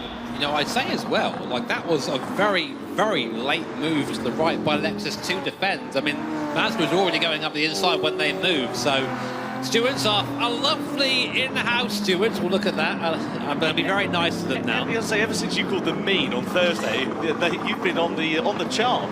Yeah, they take them out for dinner next. Yeah, I mean, whatever stops them from keying my car. Yeah. Whatever stops them from that. But we're on board now with Team Honda, who have made their way past VW and now are in pursuit of Mercedes in front. Matt McEwen there putting in a fantastic drive in the Honda in these difficult conditions. But we're seeing that Mercedes has fallen 2.2 seconds behind Porsche. Toyota 1.7 seconds behind Mercedes. And now Matt McEwen is starting to reel that Toyota in. It's a completely different line there on the way into the corner from Team Toyota in front, a lot shallower on the apex, a bit more grip there at this point in the race, and trying to stay off that curve a little bit more. And as you can see, if the live points, if it ended this way, it would be tied on the points, and because Porsche would win this race, Porsche would actually be the ones that take the overall championship there. The grand final result is a decider if the points are tied. Exactly, and there you can see the live point standing, or the points tally if as the race will be, because it's double points, of course, for this grand final. Look at this train of cars coming in towards Blanchimont. Let's have another look then between Volkswagen and Honda as they come down the back straight, up the rise, I should say, on the Camel Straight in towards Lake Coombe, and already before they've got into the braking zone, they're ahead. So that's just a good example of how you can use that momentum on the right through Eau Rouge and Radeon. Look here at Subaru versus Honda then. Honda really now in the wars. It's all going to concertina up through the bus stop chicane as they come out of it now and over the timing line. They're all getting really scrappy in the opening stages here, and the rain is coming down. You can see that visibly on your screen. It's not getting too heavy. Look at all of this as they come in towards the first corner. Subaru run themselves out a little bit too deep. That's going to allow Volkswagen to pull alongside on the run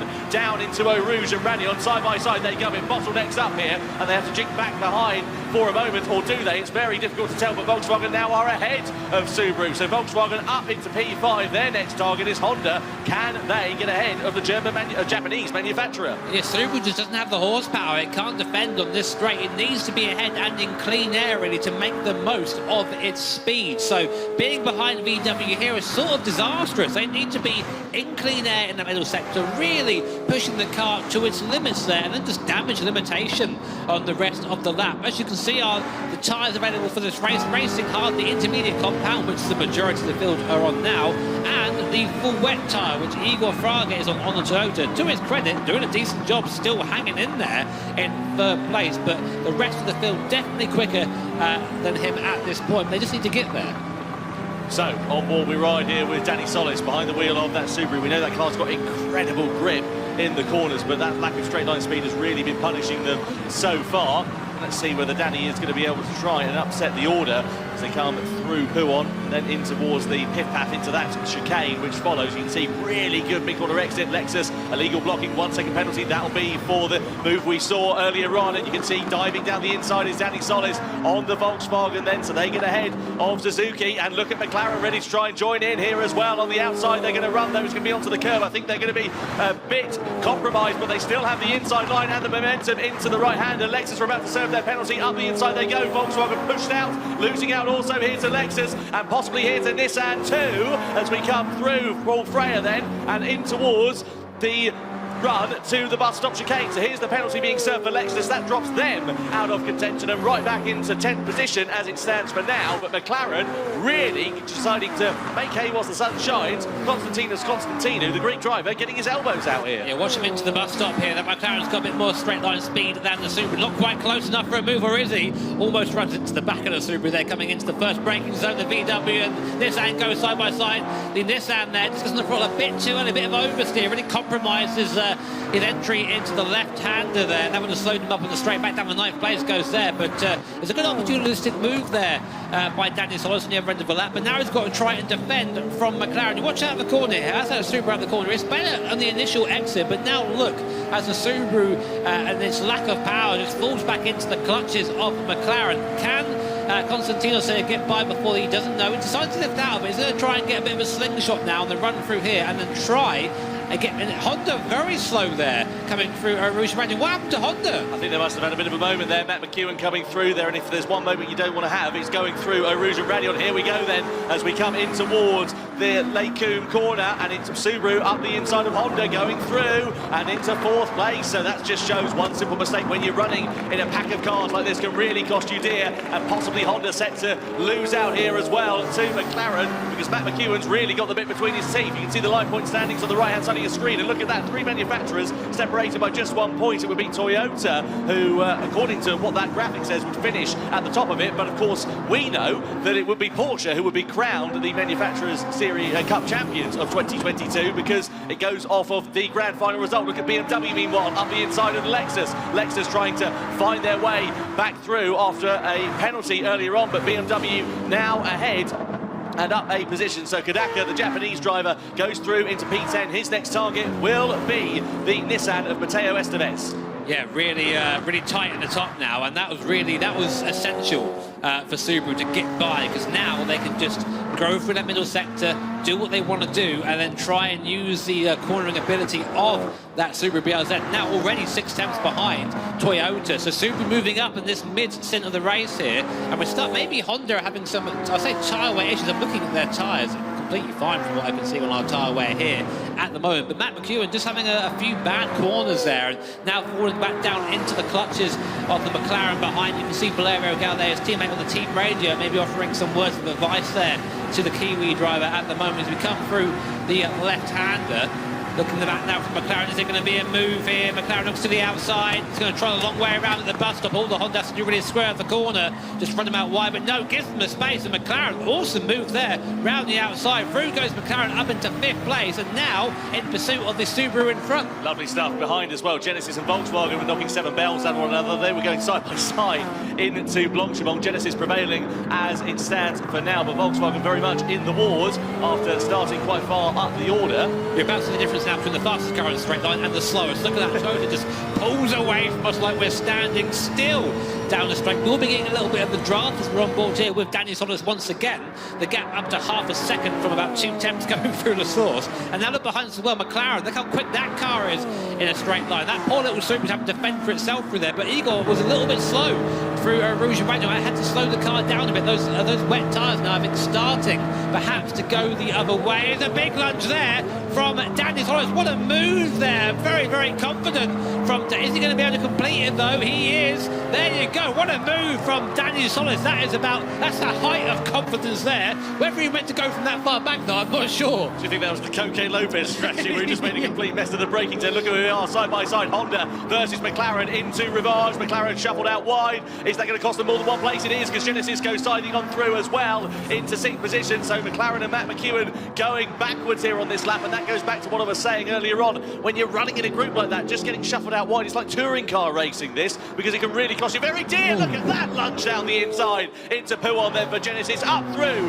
into 5th place. What a great bit of driving there from Nico Romero. He's really got the bit between his teeth, and McLaren behind aren't done here either. He said touring car driving there. I mean, he went straight for it, really on the court there, just straight through up into 5th place. VW there getting by McLaren in the background as well. So a poor few corners there for McLaren, puts them down into 8th place. We shows just how tight this midfield battle is. One moment of mistake, one bit of hesitation, and you find yourself losing a couple of places. So as the order stands now, as we come to the end of lap 7, it's Porsche, Mercedes, Subaru, Toyota, Genesis, who we're on board with now, and Honda, Volkswagen, McLaren and Nissan in this group, just behind BMW, Lexus and Mazda, of course, after their first instant. Here are the 5-point standings. If the race finished now, Porsche will be champions from Mercedes-AMG from Toyota, but only 3 points in it at the top, with Subaru just in 4th. But Genesis now looking round the outside of Igor Fraga and Toyota. So they go the long way around, and Fraga now, I think, coming into the pits, he's had enough of his tyres. Yeah, I think you're completely right. He needs to as well, because those wet tyres are not doing them any favours at all. We know that Toyota's going to be quick. Onto the hard compound they go. So they're going to be the first to blink. We see the wet dry line beginning to appear. The rain has eased in intensity. And the thing is, though, that dry line, though it is appearing, it's incredibly narrow. So that's from Team Radio.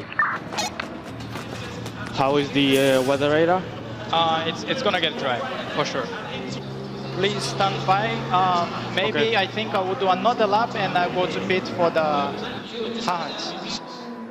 So, an early call there for Team Toyota onto the hard tyres. Could that be inspired for the Mazda also following the same strategy? I mean, to be fair, Mazda are at the other end of the scale. They've got nothing to lose, really, at this point. We're about to see Ferrero Rouge and Ragnon for the first time. How's that car look? Big lift through there. You saw coming out of the pit lane there, the car wiggling, trying to put the power down on that slick compounder tyre. And this slick compounder tyre, when it hits water, you just ride on top of the water, your aquaplane. So, staying on that lighter line that you can see on the racetrack, or the darker line, sorry, that is the dry line. You want to stay there. That's where the grip is.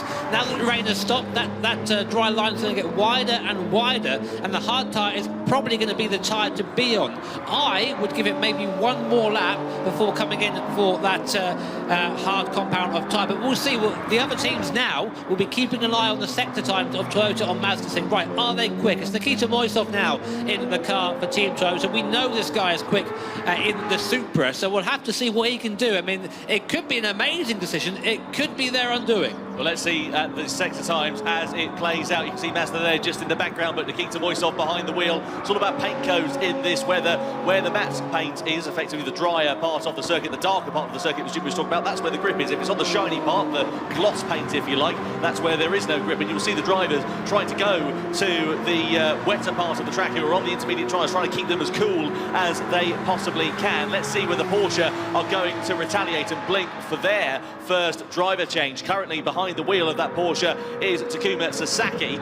Into the braking zone of the bus stop we go, and are they going to come into the pit stop for theirs? No, they're not. They're going to continue on for another lap. Mistake. Toyota's middle sector was one of the fastest, actually no, the fastest middle sector from what I can see from anyone, so they should have all be coming in now for that hard compounder tyre. Going round another lap for the intermediates I think is probably the wrong idea. Genesis coming in for the hard tyre, as are McLaren at this point. Interestingly, Porsche, Mercedes and Subaru opting to try and play it safe, but I think Toyota here have played the best hand. They're going to be quick now this first couple of laps. The tyres are going to be up at temperature as well. That's important. Getting your tyres up at temperature in these conditions is pretty much half of the battle. So they've done that already, and now they'll be charging. I'll keep a very close eye on their sectors. Nico Romero out, Yuito Sasaki in for Genesis. We ride on board with the Japanese driver coming out of the pit lane there. Then look at this train of cars emerging out of La Source as they come through. You can see Mazda there just in the background there, of course, on the hard tyres. The hard tyres up to temperature, though, for them because they've already had a lap on them. And look at that dry line getting drier and drier, corner by corner, sector by sector. And as you said, Jimmy, the top three playing it safe, going on to the staying on the intermediate tyres, not wanting to risk that too soon, but the track looking really very much like it is suitable for dry tyres. We know that because, of course, the sector times have been strong for Toyota. The thing is, for Toyota, they're in traffic, but for not for long, because here they go, up the inside of Genesis and through into fourth place. Nice bit of clear air for them. That was crucial for their strategy. Nice decisive move that, yeah, they're having those turn up and champ really paying dividends there for Team McLaren in the background there. I have no idea what happened. I think maybe got on the gas a bit too early. Massive moment, and off into the ground will go McLaren from what was a very strong position there. I think just caught out there, Tom, by the wet part of the circuit. If you get onto that wet part of the circuit, the darker part of the circuit, as you can see on your screen there, you become a passenger. I think McLaren just clipped that on the way in. Round they went. That's the end of them. Hayato Imazato, who was driving the car at the time, the Japanese driver. Let's see if we can piece together exactly what happened. So we're coming through Les Combes into the right-hander. He's on the wet part of the circuit, just no grip out there. He just aquaplaned off. That's what we're talking about. You've got to keep it to the... Oh, and the thing is as well, he came back onto the track and I think got a bit of contact from some of the other cars. But that's what we were saying. When you've got that dry line and it's so narrow, if you go onto the wet part, there's no grip and you're going to go straight to the scene of the accident. Unfortunately for them now, I suspect we're going to see Porsche, Mercedes and Subaru getting into the car now. I can see one of the Mercedes drivers just waiting there to get into the car for Benelli. Is going by Porsche into the pit lane. Our leaders comes into the pit lane to go onto what I assume will be the hard compound of tyres. Mercedes, I think, are going to probably follow them in the background. They do. Subaru there as well, ready to change tyres. So now our entire field going onto that hard compound of tyre. Let's see if it was the right choice. So we're a third of the way through this grand final for the Manufacturers' Cup, and now we see exactly what it is going to mean for Team Porsche to have waited another lap to come onto that harder compound of tyre. Mercedes and Subaru also following suit, of course, but now as we emerge from the pit lane with Porsche, they will of course hold on to the race lead. We know that much, but they've got to get those tyres up to working temperature. That dry line getting wider and wider and more grip onto the circuit. Mazda and Volkswagen under investigation for colliding with another car, and Helena Stroza, I mean, if there's a man you want in the car to try and push and extract the maximum from it, it's got to be the Chilean. Angel has been part of the Porsche manufacturing team for a very long time. As you say, Tom, he knows his car back to front. He's got that hard compounder tyre on, now the slick tyre. He will be just head down, blinkers on, trying to extract as much speed as possible from that Porsche. Oh my word, Mazda kicking it with the 1080, still going round into the gravel they go. And that's what happens when you touch the wet part of a circuit. You become a passenger, as did the VW, and unsurprisingly Mazda, of course, they didn't intend to do it. 2-second penalty. Genesis under pressure here from Subaru. Let's not have a repeat of what we saw last time around. Will they go for the inside line into Rivage? Well, I think they probably thought better of that, and thankfully they decide not to go for a move because we know it's incredibly slippery, as we just saw, into the braking zone. It's Andrew Brooks who is was behind the wheel of the Mazda. Behind the wheel of the Genesis is Yuto Sasaki. Behind the wheel of the Subaru is the 2020 Nations Cup champion, and of course the manufacturers champion as well, of Takuma Miyazono. Subaru won it back in 2020.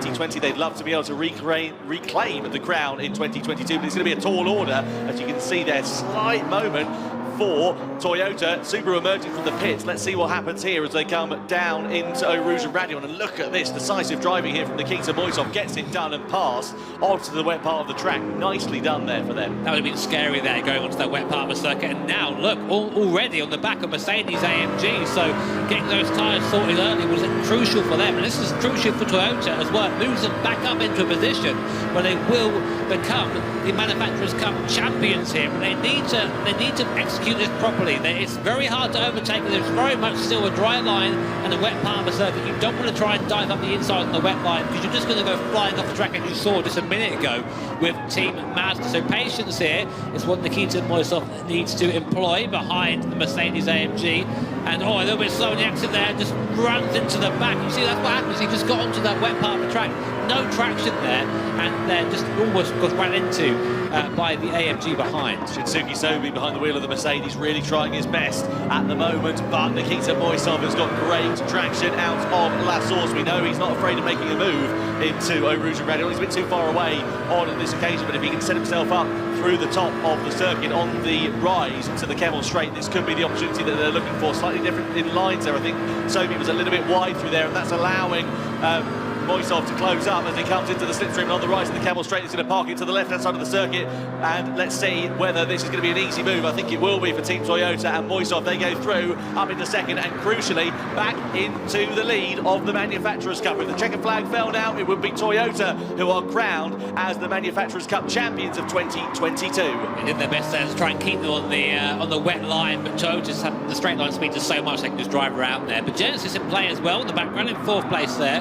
Porsche having a great race, it has to be said. 6.5 seconds clear of anyone at the moment. It wouldn't be good enough. Porsche had a problem. They've spun into the left-hand Ravix, and the race leaders look like they've possibly thrown it all the way here. Angel Inestrosa, who was behind the wheel, we were singing his praises just a couple of laps ago, and whether he got onto the wet part of the circuit, I don't know. But from the race lead down to 4th place here for Team Porsche, that is an absolute disaster for the German manufacturer. I don't think I've ever had a commentator's curse that strong. Oh my, so what happened? It was here at X. White line. Oh, just hits the white line and into the wall. We have a little bit of damage from that as well there.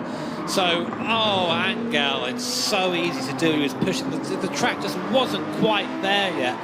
It's a real shame for Angel Inestrosa, but all you can do now is get your head back down, try and focus on just getting in those lap times. You can see Benelli there.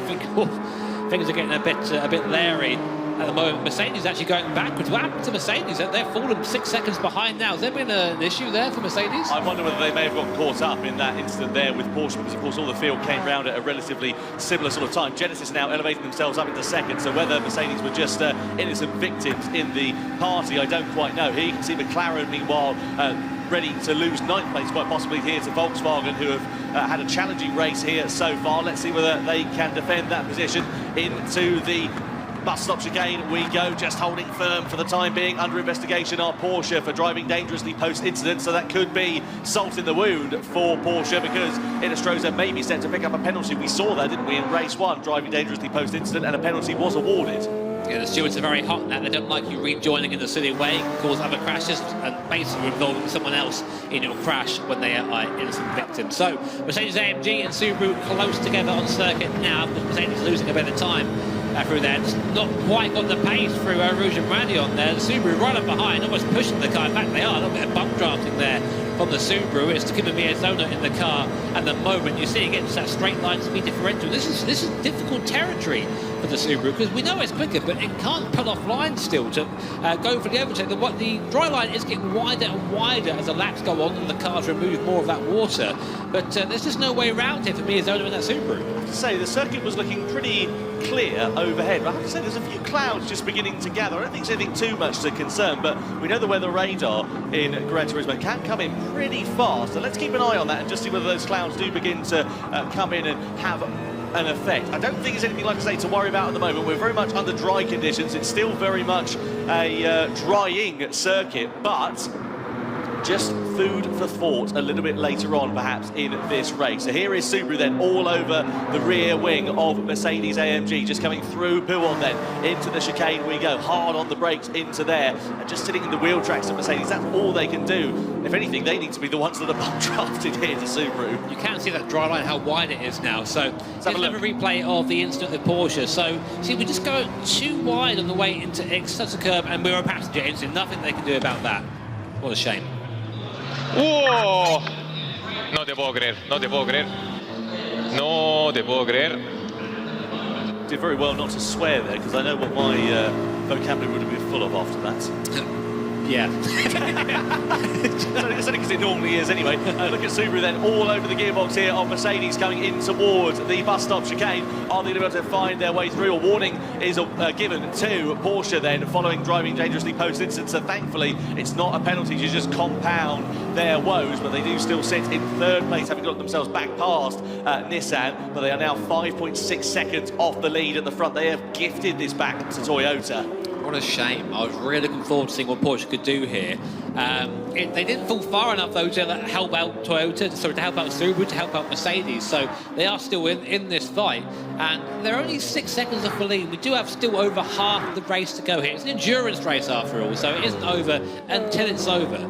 And we've seen the weather change so far. It might change again. Who the hell knows at this point? But right now, the guys are trying to focus on keeping the car on that lighter line there, on the dry line. As soon as you touch the darker line there, which is a wet part of the circuit, that's the tyre loses pretty much all its grip. We saw what happened in Astroza. Absolutely, you can see the Mercedes team there watching on. Baptiste Beauvoir, who will be in the car at the end of this race for their final stint. Just flying right now. Look at this. 7 tenths per second, 6 tenths per second now behind Toyota. I just saw Toyota, that was Moisov at the wheel there, have a big moment down at Brevage there, just trying to gather the car back up again. So Genesis right now with the Suzuki at the wheel really is showing what this car can do, and he's gaining back in Toyota hand over fist. I'm not sure where they are at the points at the moment, Genesis, so we'll have to wait till we get our points table flash at the moment. You can see Romero and Hell praying to the Gran Turismo gods for some good luck here. But they don't need it right now because just doing a great job. The car is fast. The thing is, what the drivers want at this point is they want the race to stay as dry as possible, because they can just continue on this strategy. It won't disrupt their flow too much. As we said, if the weather does come in again, and we don't know what is going to happen, there is a possibility that that will change. At the moment, it's in the pound seats here for Genesis, and this is great to see. A new manufacturer coming on board for 2022, fighting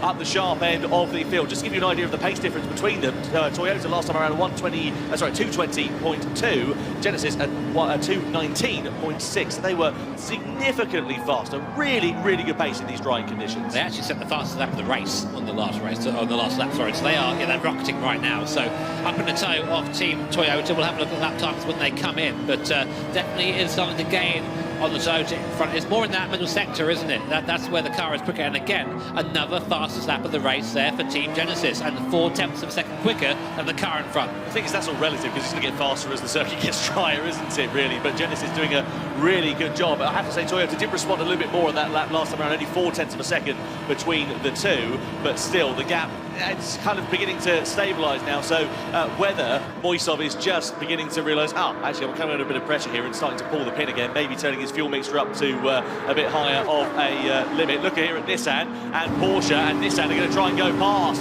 Porsche then. So Angel Stroza has already lost the race lead. He's going to be set to lose third place here, and the Japanese manufacturer with Okamoto behind the wheel goes through and into third place at the top of Lake Hume. Go on, Nissan. It's been a while since they've been up in the top 3. A +8 on their grid position, so it's a hell of a race from the Nissan boys so far.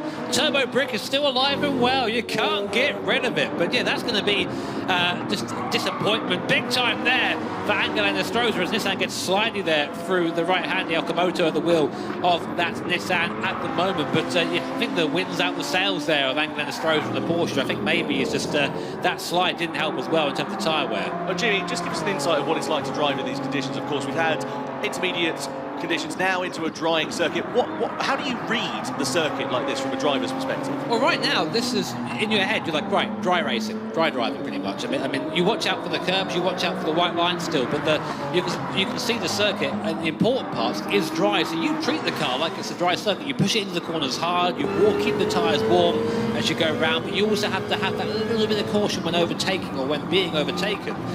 Because you might, if you dip a wheel onto that the wet part of a circuit, one, it cools the tyre down, which is horrible for a slick tyre, and two, all your grip goes. And we saw again what happened to Angela and Stroza, what happened to Mazda. You have to be wary of where the dry part of a circuit is. BMW's race going from bad to worse. They picked up some kind of a penalty down there in 12th place. Didn't see what that was, so presumably it must be a corner cutting or a track limit penalty, which is awarded automatically in the game. On board we ride here with Subaru, still closing up onto the back of Mercedes, but not having the straight line speed to try and do anything about getting themselves up into 5th place. Oh, how the tables have turned for them. Remember, a couple of years ago, they were, of course, the manufacturers' champions back in 2020. And, well, it's been a hard-fought task for them to try and repeat that crown here in 2022. So I just hear someone have a crash in the background there. I heard some, what I thought was some contact there in the background, but might have just been my imagination. We have been here for a couple of days now. Let's call it this. But all you hear is tyre squeal after about 45 minutes these days. Yeah, so we've got Honda and VW duking out for P7 at the moment. VW going to look around the outside. No, that's a sensible thing to do from here, because there is still some parts of the circuit. There are a little bit. Actually, no, it looks like the track is pretty much entirely dry now. Just a tiny little bit on the edge of a circuit, still wet as we go up towards the Les Combes here, the chicane. So will the VW go for a move here, coming into the right hand and not quite close enough there on the brakes there. It's quite far back for a move. They're side by side, bit of contact there. Honda sent over the inside. Now it's wet out there. Be careful rejoining. Yet they're okay back on again. But yeah, a little bit aggressive there, I think. Le Boutelet doing a really good job actually of just giving back that position, not taking any prisoners there, but tries to immediately retaliate into the next corner, down into Rivage they go, and Volkswagen eventually get themselves up into 7th place. I suppose you could argue that they, of course, would have had the momentum from driving the normal line, wouldn't they, going through there for Volkswagen? And do you remember back in 2008 when Lewis Hamilton got punished for something similar? He went off at the bus stop chicane going, I think it was past Felipe Massa, and then went back up the inside into La Source, and the FIA went, oh, you can't do that because you carried more momentum by going off the track. Yeah, I mean, yeah, basically, don't do naughty things. Don't do things that make you look bad, Jimmy. Sorry, I forgot. The Genesis now right at the back of Toyota. 4/10 of a second is the gap. Toyota, though, what a rocket that thing is in a straight line. Any time the Genesis gets close, it's horrible of a lisp saying that, by the way. The Toyota just drives away again in the straight line. It's really hard for the car to find a way through. So obviously that's part of manufacturers. The cars have different strengths and different weaknesses, and Suzuki is doing a fantastic job, though, of keeping anywhere near the Toyota in front. Of course, we do still have another driver and another stint yet to come. So really, if you're anywhere close to the Toyota, it still means that your teammate can fight for that win towards the end. So here we see Genesis then, the gap sort of ebbing and flowing. It decreases down in the middle sector where that Genesis looks really, really strong. Toyota there, as you can see, still leading the way, 0.8 of a second it sits as they come into Eau Rouge and Radion. We're now over half race distance. All the drivers have all made one pit stop, started on the intermediate tyres, bar Toyota, who were on the extreme wets. I have to say, this race has worked out quite nicely for them. Of course, they have benefited from that huge incident for Porsche, who were leading the race. They are now all over the gearbox of Nissan for 3rd position. Let's see whether Angel Stroza can repay the favour on Okamoto as he comes up the rise of the Kemmel Straight. Okamoto knows that goes to the defensive line. Porsche and Stroza not trying to do anything too rash as they come in towards the right and then the left. Maybe just trying to use the momentum for a latter part of this lap, but all the while they're kind of stuck behind. It is, again, just rubbing salt into the wound here for Team Porsche. What might have been for the German mark? It can happen, though. You know, this is why endurance racing is all about consistency, just keeping the car on the road. We say, as long as you stay out of the pit lane, as long as you stay out of the wall, that's fine. Doesn't matter what your pace is, just keep the car on the dry stuff in this case, in this these mixed conditions. You can see in the Stroza, he's pretty good in this mid-speed here. That MR layout of the Porsche, I think, really suiting those mid-speed corners, but the Nissan just seems to be planted everywhere. And of course, the Nissan is a chunky boy, so it's quite hard to find a way around that car in front. But again, through the exit there, Stroza's got the pace, but I think the Nissan just pulls away slightly. Yeah, the Nissan looks to be pretty handy in a straight line. I mean, as you say, turbo grip. What is it you said? I'll never forget that line. couple of months back, you said it's got the aerodynamic properties of a 2-bedroom house. Yeah, it's something similar to that, but it's also got the grunt to match it, so it doesn't matter. So yeah, coming out of Stapolo 1, Stapolo 2 there, just pulls away slightly, and that gap is enough that Inestrosa will not be able to have a lunge now down into the bus stop. So it's all about setting the move up here. Behind us, we have Mercedes-AMG, only about 2 seconds behind us on board now with Inestrosa, so he's got to be wary of that at the same time as looking forward. Jimmy, I've just been looking at the sky. Those clouds are getting a little bit darker and a little bit more ominous. It does look like it, doesn't it? And the sun's sort of beginning to fade away. Look at that. There's a few grey clouds coming overhead again. I don't think too much to worry about at this particular stage, and the drivers aren't going to be necessarily thinking about it. Well, hopefully they won't be. But as we come up to 2/3 distance here in this race, it will quite literally be on their radar if there is anything to be concerned about. You can see, though, here the battle for the race lead between Toyota and Genesis still reigns on. Again, it's ebbing and flowing, but Genesis not within any sort of meaningful distance. Yuto Sasaki trying his best to close up onto the back, but the straight line speed of that Toyota, I mean, it has been a real talking point of the season, and that proves to be the case here as they come through into Lake Coombe again. Yeah, but you see in the midsection, they're just not quite as quick as the other cars. But around here at Spa, where there's a lot of flat-out driving, Sector 1, Sector 3, and meanwhile, we'll come back to that. Porsche round the outside of Nissan, and they go wide there, just trying to get the move done. Okamoto did do a good job of keeping Porsche on the outside, but that'll be very frustrating there for Angel Inestrosa. Yeah, disappointment there for the Chilean driver. I think we're going to go over to Julia in a few moments' time and see if we can get an update on the weather, because Julia, it looks like the times are changing up in the skies. Yes, I don't want to worry anybody, but actually there's some pretty threatening looking cloud out there, so might be a good time to start thinking about that strategy, because yeah, it's not looking good up ahead, guys.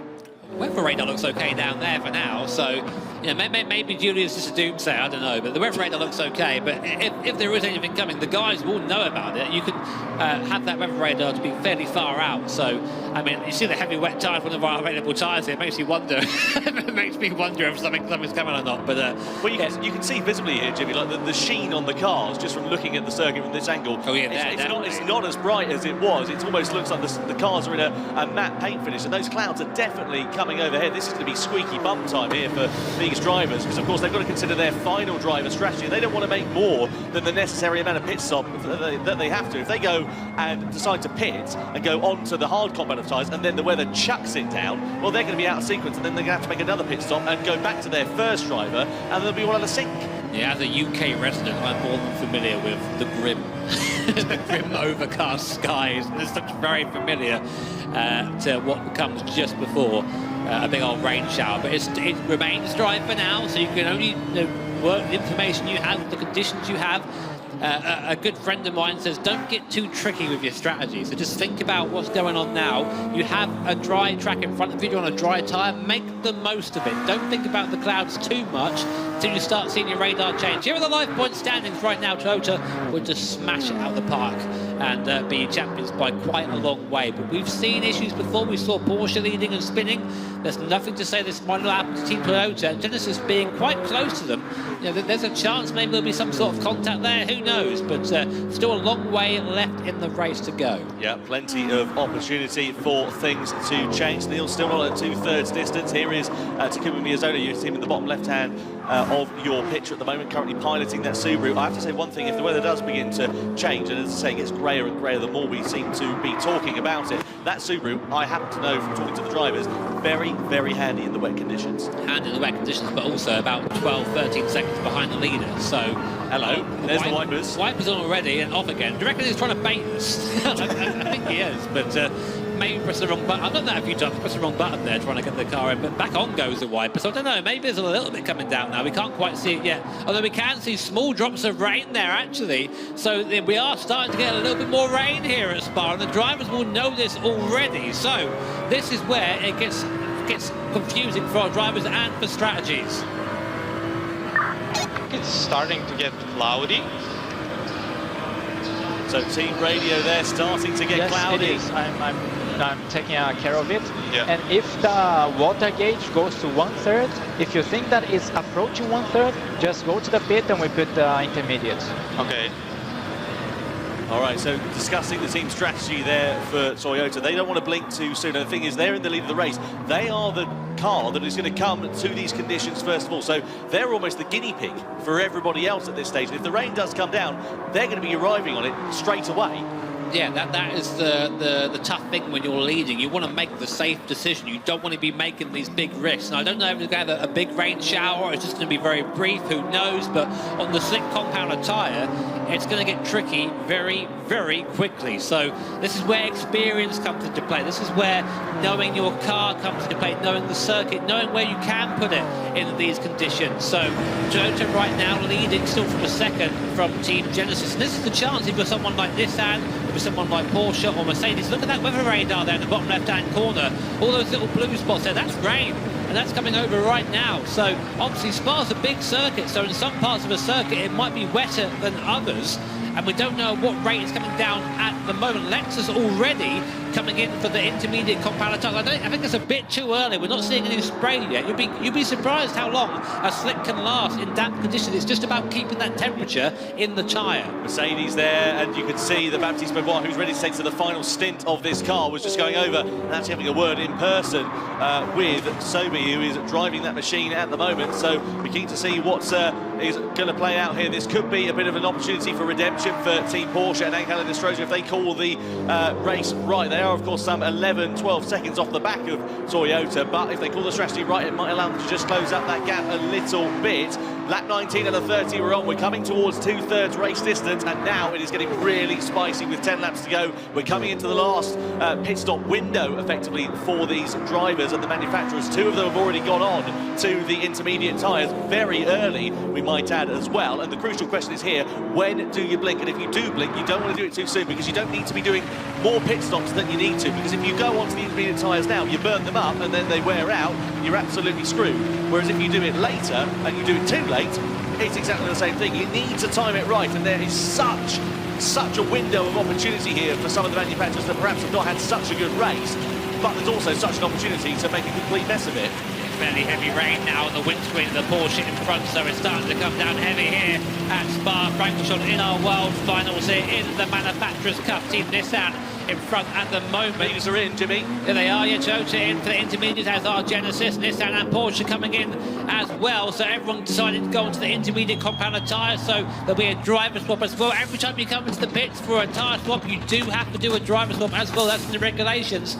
And the top one coming in, Mercedes and Subaru going straight onto that wet compounder tyre, as are VW. So strategically, this is massive, because our current points leader is on a different tyre from their closest competitors behind. So this could be, again, a masterstroke from those on wets, or it could be horrible. Well, if it's a deluge rather than a downpour, Mercedes, Subaru and Volkswagen are in the pound seats, because, of course, they've saved about 25 seconds by not making another pit stop. If it is only a downpour, though, it's advantage to the top four as it stands. Everybody has now made their second and final stop in this race. Now, all the drivers are either on the intermediates or the wet tyres, and could we see a masterstroke of strategy here from not only Mercedes but Subaru and Volkswagen as well? Could it not only change the complexion of this race, but the complexion of who becomes the Manufacturers' Cup champions of 2022?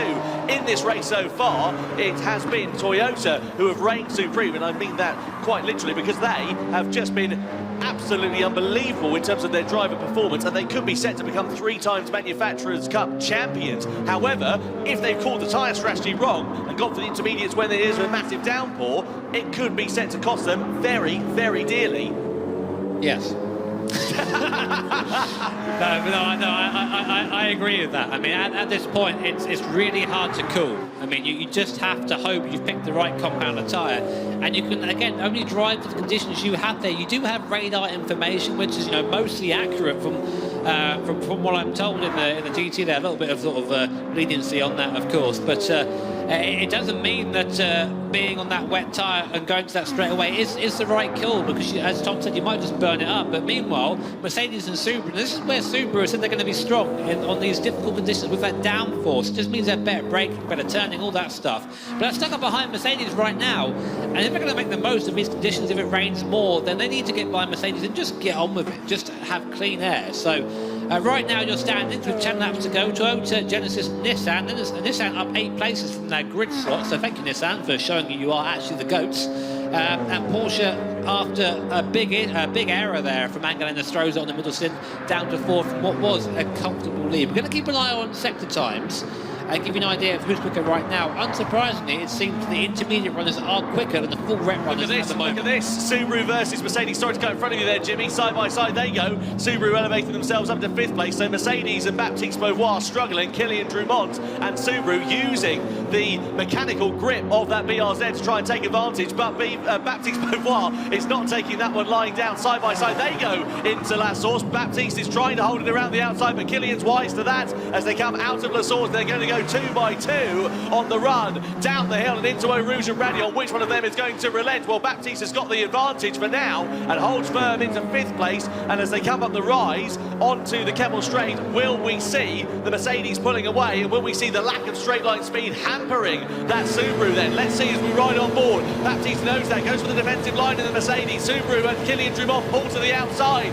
as we come into the braking zone of the Les Coupes chicane. Can Kylian hold it around the outside? Let's see as he comes into the right-hander, then flicks it left. He can! Brilliant move there from Kylian Drumont. Can Baptiste retaliate into the next right-hander of turn 7? He tries his best, but Drumont manages to get ahead and gets himself and Subaru up into 5th place. That rain really coming down now. You see Subaru were taking a slightly wider line there, staying off the racing line, was actually quicker than Baptiste Beauvoir on the traditional racing line, so it is getting very wet. You see the rain really coming down now here at Spa-Francorchamps, and you must be wondering if you're on that intermediate compound tyre, was that the right call? I'm having a look at the lap times here, Jimmy, and crucially the sector times as well. The wet tyres, it's kind of even Stevens at the moment. I don't think there's too much in terms of the crossover point though, and the thing is, if the rain continues in this intensity, it is only going to get worse. Nissan have picked up a half-second penalty here as well. That's going to cost them in terms of time, but also relative in terms of position for Porsche here, because Porsche are right on their rear wing, and a big slide there as well, coming through the pit path for Benny Hafidi, and it's going to drop them out of 3rd place, and now they're going to have to try and get themselves back past Porsche. Yeah, so Jose Serrano there at the wheel of the Porsche. This is actually good for them. They've been sort of stuck behind Nissan for the last few laps, so they'll get a bit of a freebie here. Nissan takes a penalty, back they go. Goodbye, Porsche up into P3 then.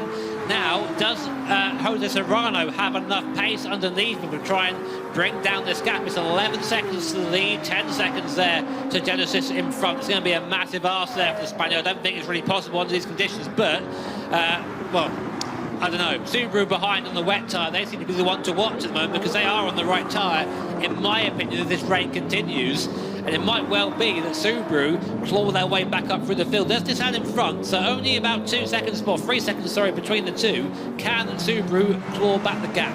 Well, Volkswagen have dropped behind Honda there. Honda, of course, on the intermediate compound of tyre, but again, we wait to see whether this is going to be the right tyre call. 8 laps now remain. It is really going to get close, and I have to say, in terms of the lap times here, Jimmy, it's looking pretty interesting here too.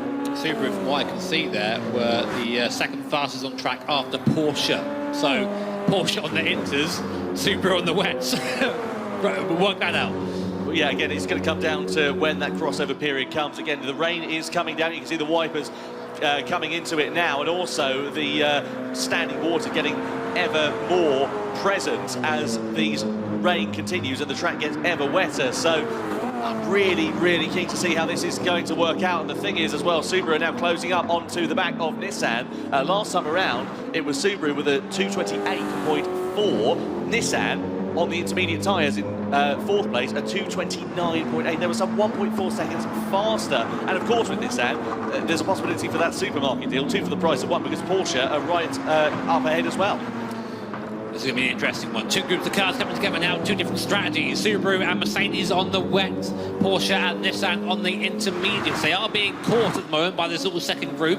The top 3 at the moment seem to be sort of stuck from where they are. Genesis actually getting a cut track penalty there, I think, 0.5 second penalty. That put them slightly further behind Toyota. And if you're in the top 4, you're just hoping for no more rain, because these inters are going to have a limit of how much water they can handle before they start skating around. But look at the rain, Jimmy. Look at it. I mean, it is absolutely pouring down here, and these drivers are really going to be... the thing is as well, also to consider, is the circuit's going to be changing corner by corner, lap after lap, isn't it? And it's going to be an ever-evolving thing for the drivers to have to contend with, but it is going to change the complexion of this race. The thing is, though, if you're Toyota, I mean, what have you got? Let's see, 11 seconds over Porsche and Genesis, there and thereabouts.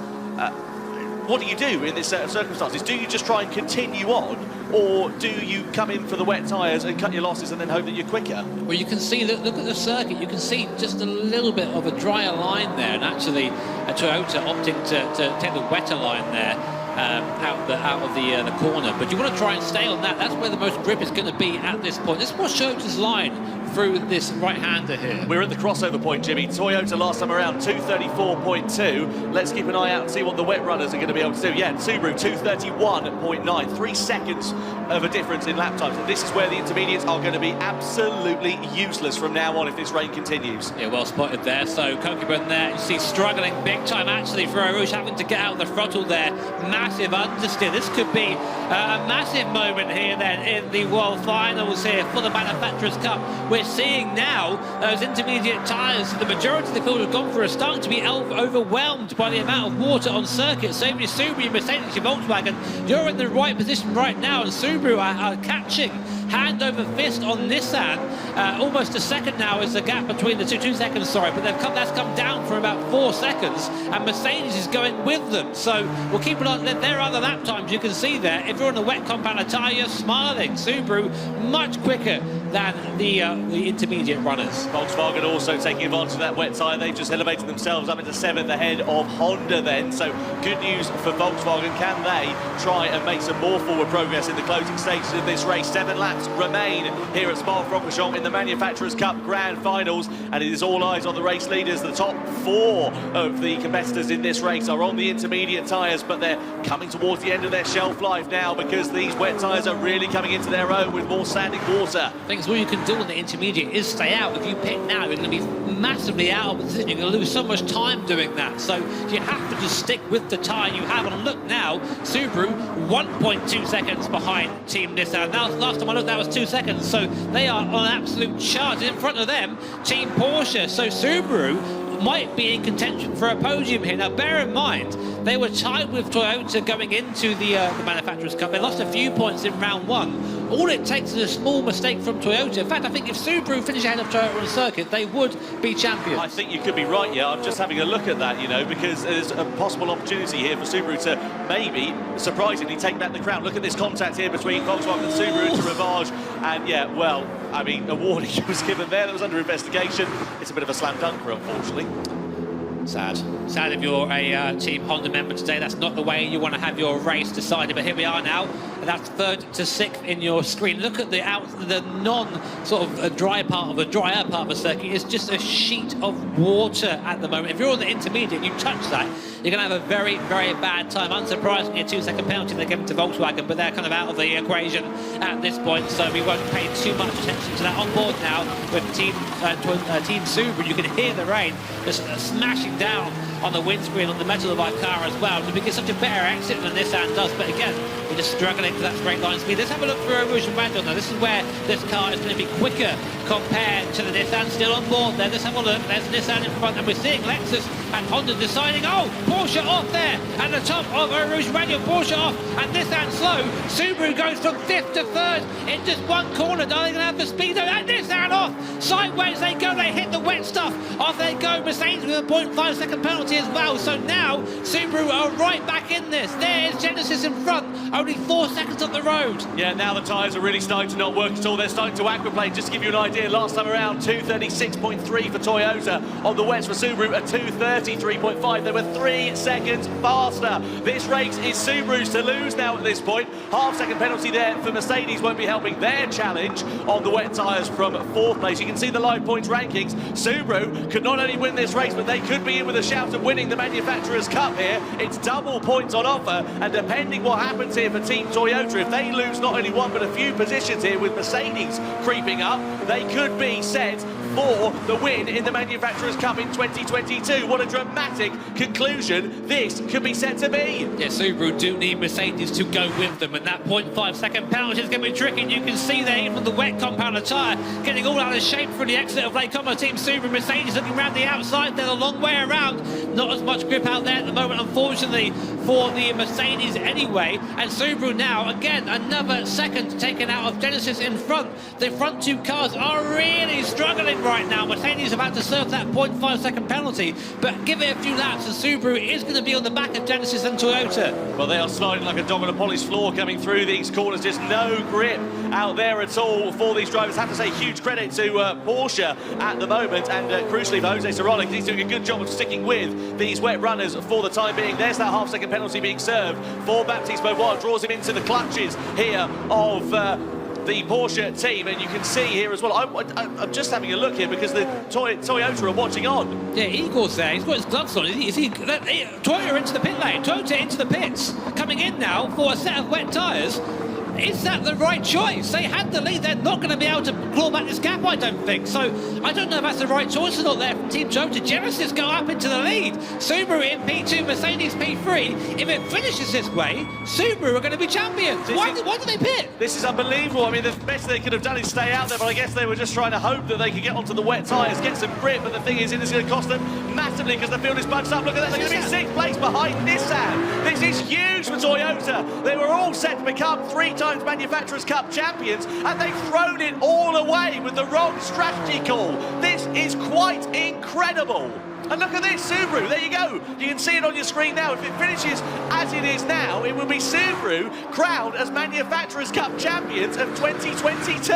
Can you believe it? I've got to do some maths here. So if Toyota get back up to P3, which is the best they can do, I think, considering they've got 2 intermediate runners in front of them, where is that going to put them? Maybe they've worked this out. Maybe we've not seen something there. Genesis slow, and Subaru is right. Look how slow Genesis are. There's nothing they can do on this intermediate compound. They're trying to defend, but they can't. The tyres just aren't there. Subaru, Mercedes there in the background too, pushing Subaru. Mercedes up into P1. Subaru there, getting biffed out the way by Team Mercedes. There's 4 cars now scrapping for the lead. Down in towards the left-hander we go. Mercedes are off. Subaru goes through into the lead. Baptiste Beauvoir chucked it all away into Rivage. Can you believe it? As they come running down in towards P1. He's managed to keep it facing in the right way, but still, he's got himself down into 4th place. He's now got more of a gap to climb than he had just a couple of corners ago. But goodness me, what a dramatic conclusion to the race this is going to be. And there's still 5 laps left. We're seeing about 2-3 seconds of that difference now between the wet tyre and the intermediate compound. Genesis there's nothing left in that car. They're just struggling to keep it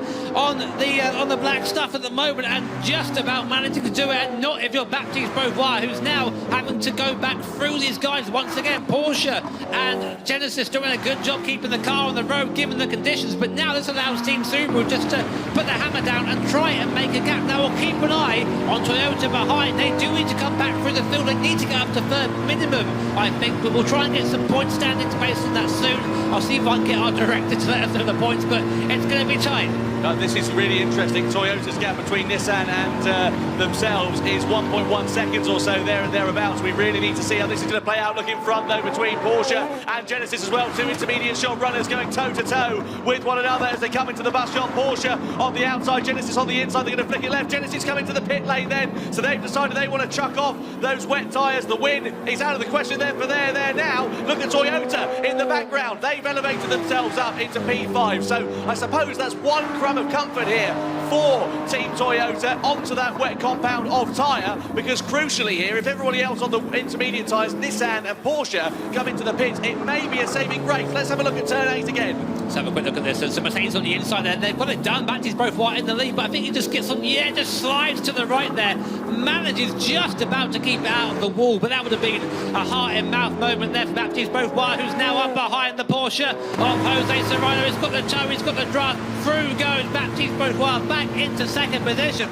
The gap now, though, 2 seconds to Team Subaru in front, and the Subaru is where it wants to be. It's out front. There's no one in front of it. There are the live point standings in the race, and then it was a massive moment there for Baptiste Beauvoir. Couldn't get the car slowed down. He's over the runoff. He's given that. I think he's given the time back there, so it shouldn't be an issue. But massive moment there. He's been given a 1 second penalty. Can you believe it, Baptiste Beauvoir? That's a huge moment there for them, and could cost them very dearly indeed. Here comes Subaru trying to side it down the inside into Rivage. On the inside they go. Can Jose Serrano make the move? Stick on the Frenchman? Yes, he can, and goes up into 2nd place. What a crescendo this race is turning out to be. And look at Toyota there in the background. They are now just 1 second away from closing up onto the back of Mercedes, who of course have got that 1 second penalty, so they're going to get themselves up into 3rd place. We've got to see a live point standing here to work this all out, haven't we?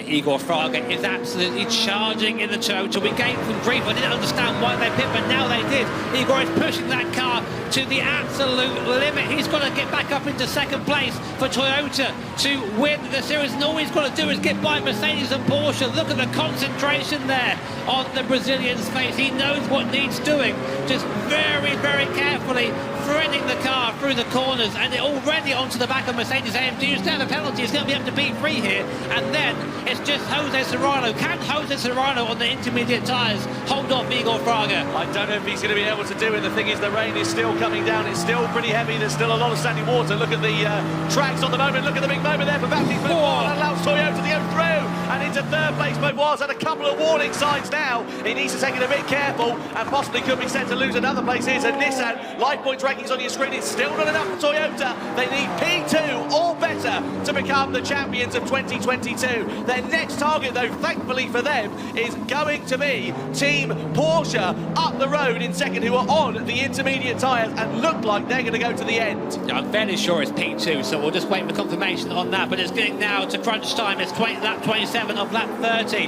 Toyota and Igor Fraga closing in on Jose Serrano. Last lap by Igor Fraga was 3 seconds quicker than Porsche and 2 seconds quicker than Subaru in front, so he might be able to take the lead and take the win here. Well, let's see, because it will be enough for them to tie on points with Subaru, because it's 4 points the difference between the checkered flag fell now. There's 4 points between the difference of second and third in the point standings, so I think it'll be enough for Toyota to tie on points, but I don't think it'll be quite enough for them to take the championship. And Porsche get a penalty for cutting the track there. Half-second penalty here for Jose Serrano and Team Porsche. Well, that is Christmas come early here for Igor Fraga, who needs 3 laps of his life to get himself ahead of Subaru to win the Manufacturers' Cup of 2022. Through Lakin we go, into the right-hander of turn 7, on the run down into Rivage, and this is going to be an incredible end to this race. It is Subaru versus Toyota, with Porsche in the middle of that sandwich right now. And goodness me, what on earth is this going to look like when the checkered flag falls here? I've got to give absolute massive credit to Jose Serrano. I know he's got a 0.5 second penalty there, but he's keeping that Porsche just about on the circuit with tyres that are not suited for these conditions. So you can just see it's a matter of time before Igor Fraga gets there. That 0.5 second penalty will definitely just assist him on the way by. Running P3 currently, we'll have to see what the point standings are once he's by, but it's only going to be a few more corners, I think. 0.5 seconds is the gap now. You can see behind, that's not a sight you want to see in the wet. Look at the difference in performance there under braking between the tyres. Just able to just drive into the corners so much harder with so much more confidence. You can see Eagle, they're actually taking a wetter line, trying to stay off the dry stuff on the inside there to use the tyre better to effect. So through the right-hander of Paul Freyer, we're about to come on the run into into the bus stop, I should say. And you can see there, keeping a watching brief on proceedings, is Baptiste Beauvoir of Mercedes. We ride on board. I have to say, Jose Serrano, as you say, is doing a really good job. But look at him feathering the throttle. There's just no grip out there on the intermediate tyres, and Igor Fraga is going to go scything through into second.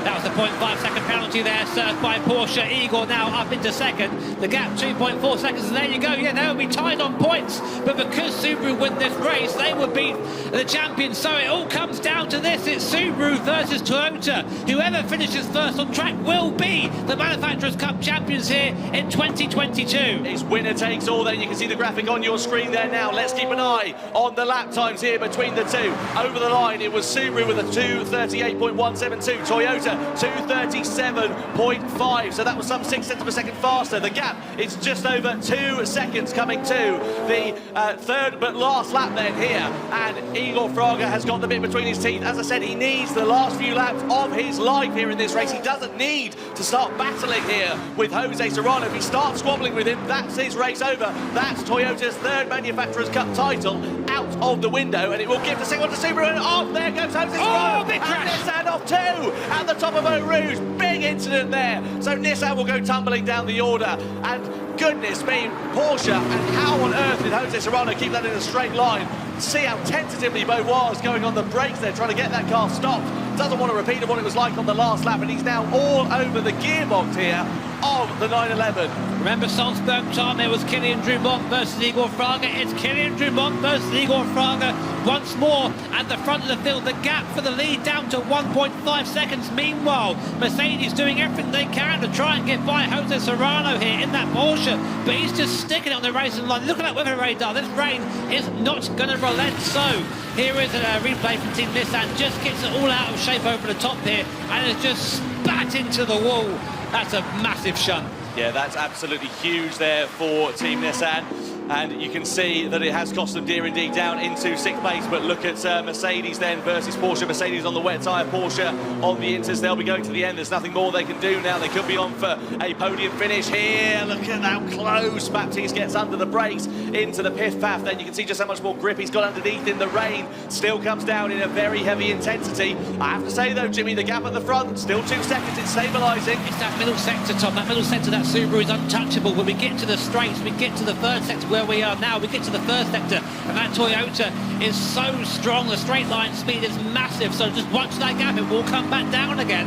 But Baptiste just can't find a way by it. Jose is doing such a good job on those intermediate compounder tyres. Everybody else in the inters is struggling massively, but somehow Jose is keeping the thing on circuit. And this must be an absolute just heartache here for Baptiste and Mercedes AMG. He needs to get by, needs to get after Toyota and Subaru. He just can't do it. They're too quick in front. You can see how late Baptiste can brake on those wet tyres. Genesis picking up a penalty. Their race, unfortunately, has come undone in the closing stages of this one. They're some 16.5 seconds off the back, and we thought they might be in contention for the win earlier on here. Sadly, it has not proven to be for the brand new manufacturer here. Penultimate lap time we go as we ride on board here with Baptiste.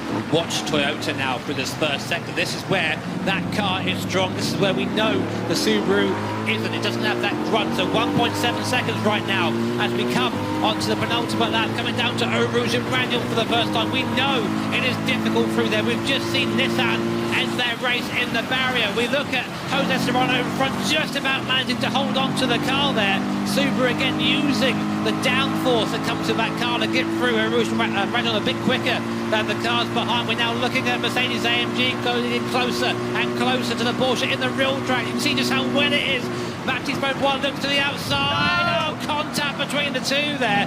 Very messy, but I think I'd say Jose came over a little bit there. Yeah, you could argue that, couldn't you? And thankfully no harm done between the two, but Jose there just doing everything he can to keep that car facing in a straight line and also keeping more pace than Baptiste Beauvoir, who doesn't seem to have a lot of confidence underneath him. Of course, it would prove to be the difference between third in the standings here between Porsche and Mercedes as well. If I know, actually AMG would still get third place in the standings if it finishes as it is, so it doesn't really matter in that respect, but of course they want to finish third and to get a podium in this race. Just a reminder, if the race finishes as it is right now, Subaru will be your Manufacturers' Cup champions. They will tie on points with Toyota, 40 points apiece. If Toyota can get by, they will be champions. It's as simple as that. But I say the charge is starting to fade a little bit from Igor Fraga. The lap time, Toyota is slightly faster overlap, but only by about a couple of tenths of a second. But through this middle sector, the Subaru is just mighty.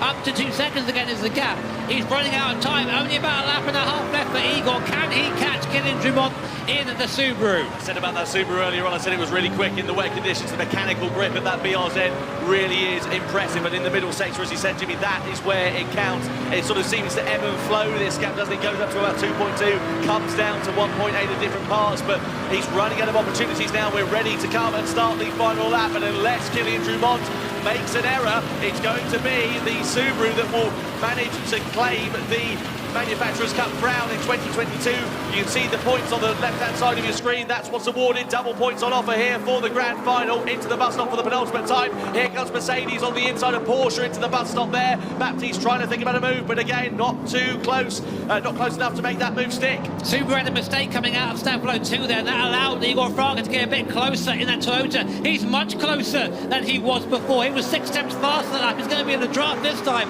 if he can get a good run out of the hair, but he might might be able to have a snap going into Lakon. Let's see how it is. Subaru there, nice and neat and tidy out there. Behind him is Igor Fraga in the Toyota. Porsche have got closer actually to the back of Toyota now. Porsche need to get by Toyota if they want to be on the podium here in the Manufacturers' Cup. But it's all at the front now. 1.3 seconds separates Subaru and Toyota, and Subaru quick through there. Oh, wow, Igor sideways over the top of Randy on there. That's going to slow him down, and that is the breathing space that Subaru want. Well, goodness me, you can cut the tension with a cricket. Porsche are off on the Camel Straight. That's going to be their charge for the podium overall here tonight.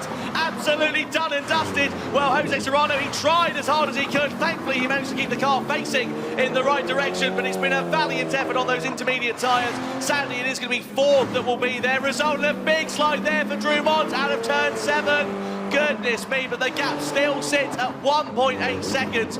What an amazing race this has proven to be. What a brilliant display of driving from our top two especially as well. Yeah, it's not over just yet. Still half a lap to go. We know these conditions can catch people out. We're in the middle sector now. This is where the Subaru is strong. This is where Killian just needs to keep it nice and neat and tidy, and he should be good.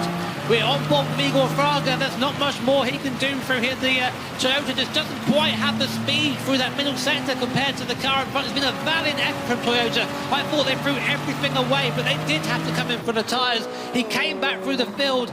He almost caught Subaru, but it's looking like it's not going to happen for Team Toyota.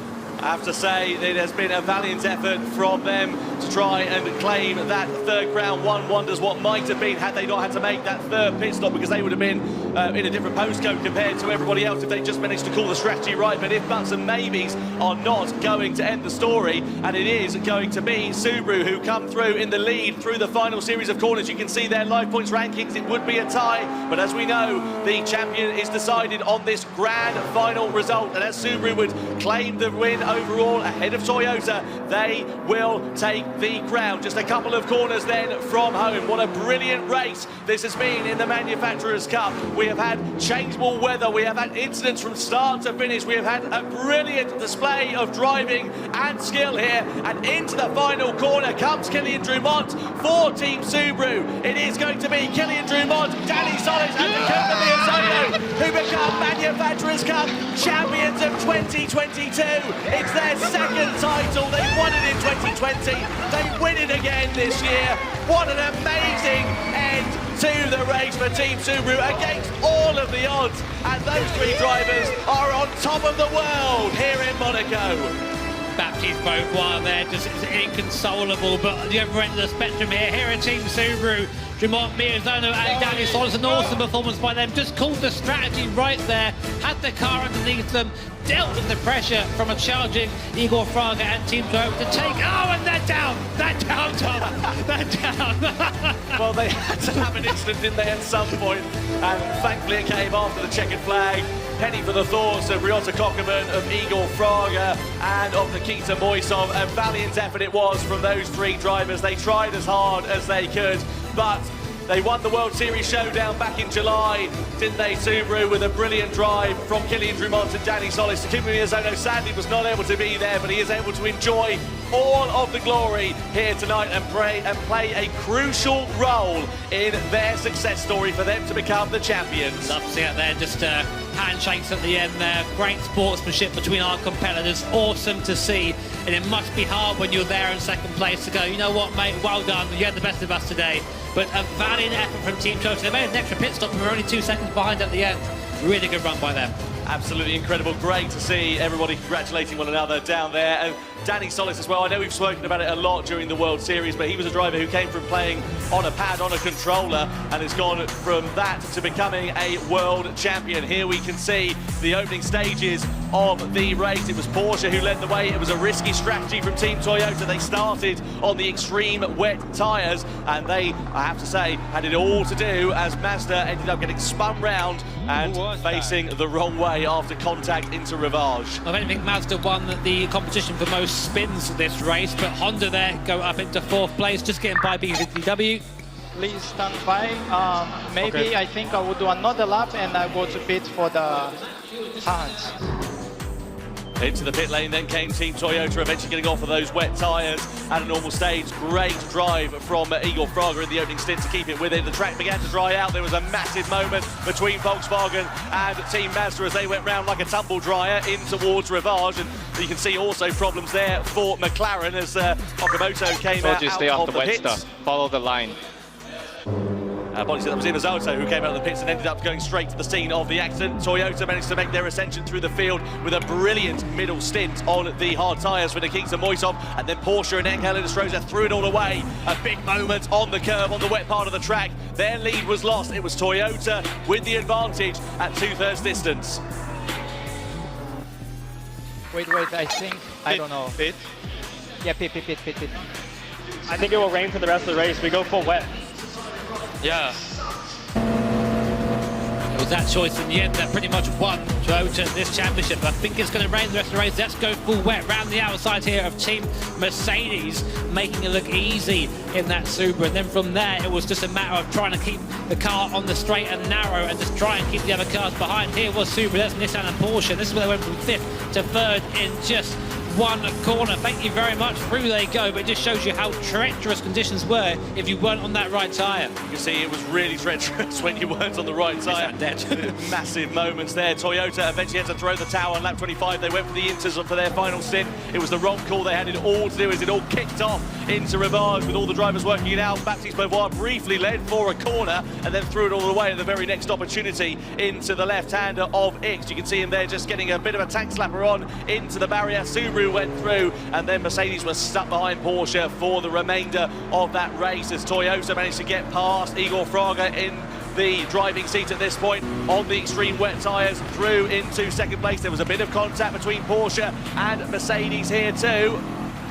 And you're just about keeping on track there, but no lasting damage there, so the stewards kept it at that for them. But then Porsche had this massive moment pretty much in a straight line, just showing how hard it was being out there on those intermediate tyres. But it was Team Subaru who would take the spoils here at Spa. Kylian Drummond taking the car to the line from Igor Fraga and crowning themselves the 2022 Manufacturers' Cup champions. Yeah, come on! I reckon they're pleased, Tom. I think you might be right. Team Subaru then take top honours, not only in the race, but in the Manufacturers' Cup Championship standings at the end of that one. Team Toyota, it was a valiant effort. They tried as hard as they could, but they finished second best, with Mercedes coming home in 3rd place in that race. Team Porsche, well, they'll be disappointed with that one. Unfortunately for Team Genesis as well, it all came undone despite a promising middle stint. Volkswagen, Mazda, Honda, Lexus, McLaren, Nissan and BMW complete the order. Let's get final confirmation, shall we, of the point standings after that race. So after it all works out following a season, you can see that tied on points between Subaru and Toyota. But the winner takes all here tonight. It is Team Subaru who are champions of the world in the Manufacturers' Cup. Let's head down, shall we, and get the live reaction from our Manufacturers' Cup champions. Kylian Drummond, Danny Solis, Takuma Miyazono are down and talking to Julia. Well, I guess my very first question, which is incredibly British of me, but how was the weather? The weather is very... That was crazy, though. It's perfect on show, you know, like the same way life, so it's very complicated to pre-road the weather, so yeah. How was it anticipating, like, because obviously you sort of knew that maybe there would be something, so what were you thinking? What were you thinking in terms of strategy?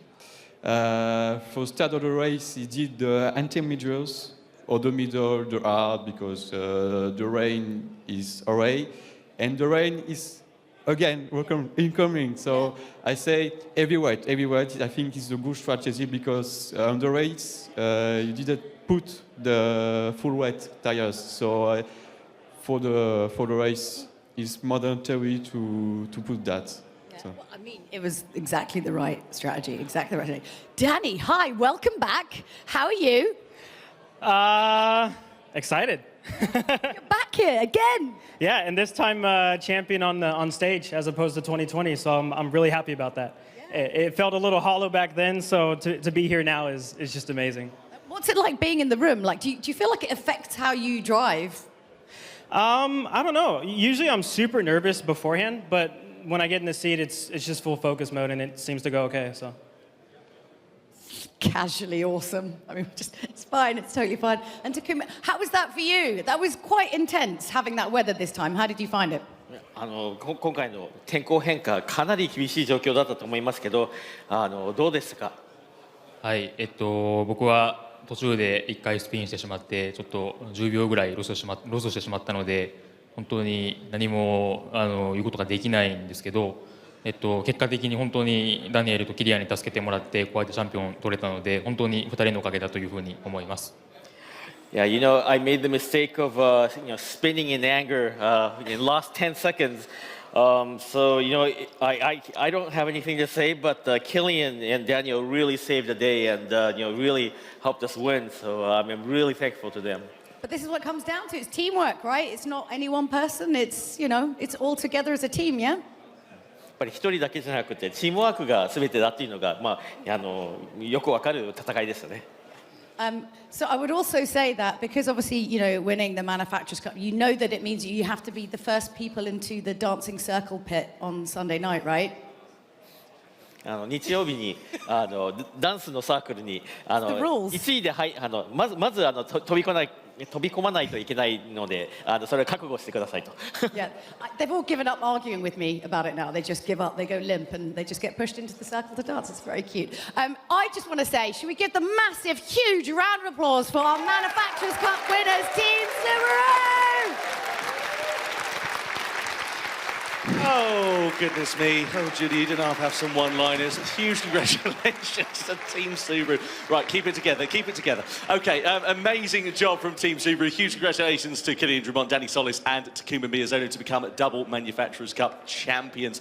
I mean, I don't even know where to start with that because there was so much going on in that race. I physically am exhausted. I dread to think what the drivers must be like. I mean, it was interesting hearing what Daniel Solis said there about, this is now in person. It feels like a proper, real victory, this. And I really hope that Miyazono doesn't sort of punish himself too much for his mistake. I mean, as Julia rightly said, it is teamwork. You need 3 drivers to get to the end of the race. They had 3 drivers, and between them, they won that thing. So, yeah, amazing. Also, Drummond to withstand that pressure from Fraga. I mean, Fraga's been around forever and ever. So to have him harrying you for the last few laps and just to take it in his stride is amazing. Yeah, really well done. Let's be fair. Killian, of course, is incredibly young. I think he's 18, 19, something along the lines of that. One of the youngest competitors we've got. So to get, as you say, somebody like Igor Fraga, who's been, here since last century. Igor's an old man. He is pretty much, yeah. He's got a walking stick in his bus parts, doesn't he, to be honest with you. Anyway, on the other side, though, if you are Team Toyota, what are your thoughts going to be after that one? I mean, you gave it as good as you got, didn't you? I mean, it was a really tricky situation. I mean, the rain's coming down. You have to try and guess, is it going to be wet the entire race? Is it going to be a little shower? They went for the latter, and it just didn't work out for them. And, I did sort of chastise their decision to change tyres, but it turned out to be correct. You saw the other intermediate runners just couldn't keep it on the road. And he almost got there. But just not quite. Yeah, absolutely. And if you're Mercedes as well, of course, they managed to bag 3rd overall in the standings, so they do finish P3 in the Manufacturers' Cup in 2022. Do you think, I mean, we saw Baptiste at the end of that, he looked physically and emotionally drained. I think he was just annoyed. I mean, I think that, he took the lead. He could have won that race and that could have swung the results around, but that one mistake, I think, really cost him. And he knows that. Baptiste, he's a very reflective person. He's someone that's been on the podium quite a lot here in these events and often with Mercedes. So I think he's hoping for that manufacturer's win at some point, but unfortunately not today for Mercedes. And also for Team Porsche, again, on the other side of the coin. I mean, they were, let's be fair, a shoe-in for the victory. And again, a simple mistake from Inestrosa, completely not intentional, not his fault. I get that, onto the curb, wet part of the track, it happens. It's one of those things, but it did cost them not only a chance of victory, but also a chance of the overall podium. Just goes to show how tricky the conditions were. If someone like Angel Inestrosa, someone who's so used to that car, makes that mistake, and it shows you how tricky it is out there. And how good was it to see the emotion of all of the drivers? That's what I love about this being in person, because obviously we've done it remotely for such a long time. Look here at Team Subaru, and you can see the delight of them becoming the champions for the Manufacturers' Cup this year. I want to see him go down. That was quite funny. They all just fell over, but yeah, an awesome moment there. I mean, this has been the first time we've had a world final at Monaco for a while, so it's nice to be back here. And they're contrasting emotions. Baptiste Beauvoir just super upset, and again, you can't blame him. You can't blame him. Reflective, and I think he knows that it's on him. Stand-up performance of the evening for you in terms of race 1 and also the grand final? Oh, it's really difficult. I think for me, it was just it was probably Killian at the end there to get back through the field, to take advantage of the time, and he didn't just magically appear in first place. He had to go and earn it. So he fought for that place and then just pulled away at the end there. So I think Killian Drummond for that drive just magnifique. And of course, some of these drivers aren't done yet. We've had the Manufacturers' Cup, we've got the Nations' Cup here tomorrow as well. The thing is, that's a very different kettle of fish. Yeah, that's a lot more aggressive, I tend to find. We've had some aggression here today and over the last couple of days, but Nations Cup tomorrow, I think it's the crescendo of our weekend. Like, I can't wait for it. It's going to be amazing. Yeah, it really, really is. Well, I say huge congratulations to Team Subaru, to Team Toyota, and to Team Mercedes AMG for, of course, becoming those top 3 finishers. We're not far away from the podium celebrations here, and I have to say, if it's anything like what we had last time when we were in Salzburg, it's going to be a bit of a cracker. Yeah, I mean, we have to got to be careful in the evening because we're working tomorrow. Yeah. But yeah, these guys they go hard in the evenings. They have to be careful as well, because last time we nearly ended up having a confetti nearly caught a light when we had the confetti and we had the sparks coming down. It was like, oh, this is great. And they were like, oh, hang on a minute, there's a brief moment of panic, but hopefully I'm sure that will not happen tonight. But we are now ready for the podium ceremony here for the Manufacturers' Cup for the GT World Series World Finals. Ladies and gentlemen, please welcome in 3rd place from a Team Mercedes AMG, it is Lucas Bonelli, Baptiste Beauvoir and Shinsuke Savoy.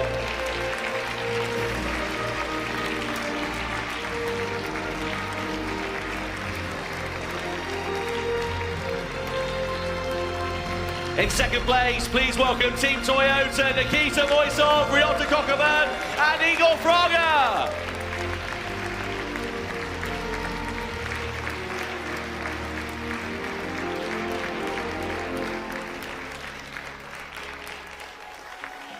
Ladies and gentlemen, please welcome your 2022 Manufacturers' Cup champions of the world for Team Subaru. It's Killian Drummond, Danny Solis and Takuma Miyazono!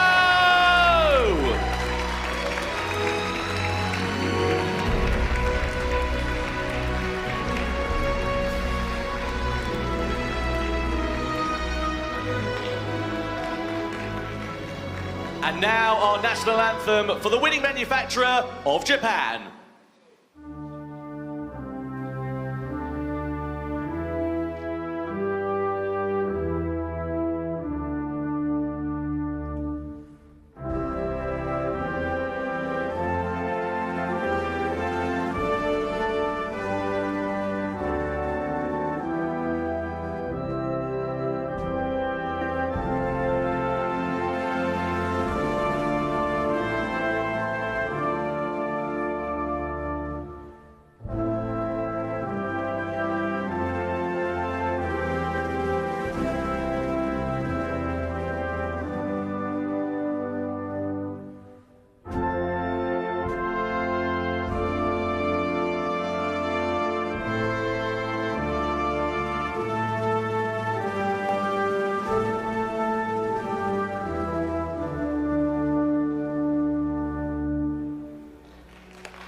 Well, huge congratulations to Team Subaru, the Manufacturers' Cup champions of 2022. It is now time for the awards to be presented.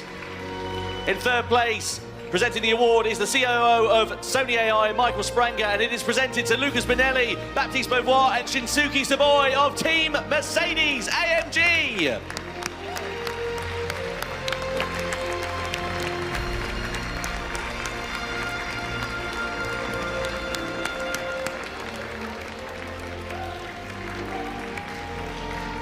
The 2nd place trophy is presented by Mauro Piccoloi, the Chief Marketing Officer of Brembo, and it is presented to Nikita Moisov, Ryota Kokoman and Igor Fraga of Team Toyota!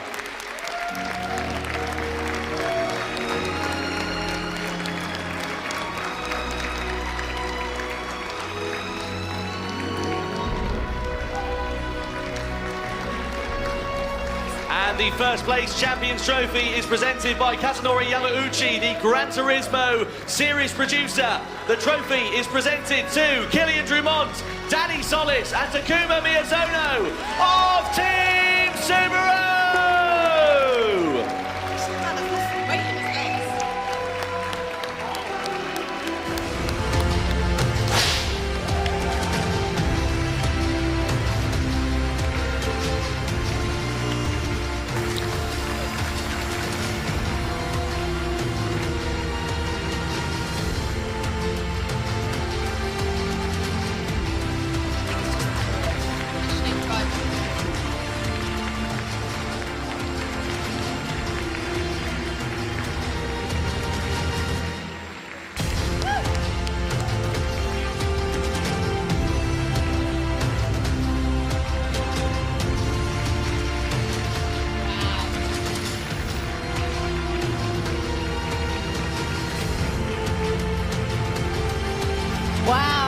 honestly, that was... I never thought we would be here at Gran Turismo discussing the weather live on stream, but here we are. I was disappointed you didn't do a fast show thing with the weatherman. Scorchio, Claudio, all of that. I thought you'd think that, yeah. No, it was amazing that all of a sudden just everything that we know about the Manufacturers' Cup just totally turned on its head. It's what I like about endurance racing, you know, that nothing is set in stone, especially the weather. It's great to see that addition now in these events as well. And it was the deciding factor of this race. Those who called it right, Subaru, they won the whole thing. So Toyota got it wrong, second. I mean, though, it's still super close, even with the sort of the tyre strategy not being perfect. It was, what was it down to right at the end about? Like, was it 1.5? Just, it was close, right? 2 seconds. Well, you have to wonder what would have been, though. I mean, if Toyota had got the strategy call right in the first place, you wouldn't have seen them for, you know, for dust. There you go. So plan for the weather. And we're British, so we always plan for every kind of weather because you can't decide. Anyway, moving forward, don't forget to vote for your Michelin Driver of the Day. Look at these handsome chaps. Go on there, vote for the Driver of the Day, and we will announce it tomorrow. There's been some amazing driving today, to be honest. It's very hard to pick, I'm not going to lie. And my vote's for Killian. I think he had an awesome drive at the end there, so my vote would be for him. But you don't get a vote. I told you about this before. I'll have to go online later and vote, won't I? No, you're not allowed to. All right, well, I won't then. Get the stewards with the big stick out on you again, Jimmy. Yeah, that's honestly. Well, we need to keep off the internet most of the time anyway. So yeah.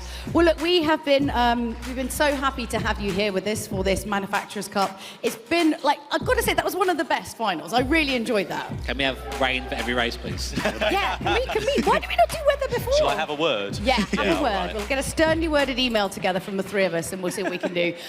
Thank you so much for joining us, and thank you to everyone here at Gran Turismo and the team that bring it to you. We will see you again for the big one, which is the Nations Cup final. Are you ready, guys? I don't know if I'm ready. It's been spicy too much. Lego! We'll see you tomorrow.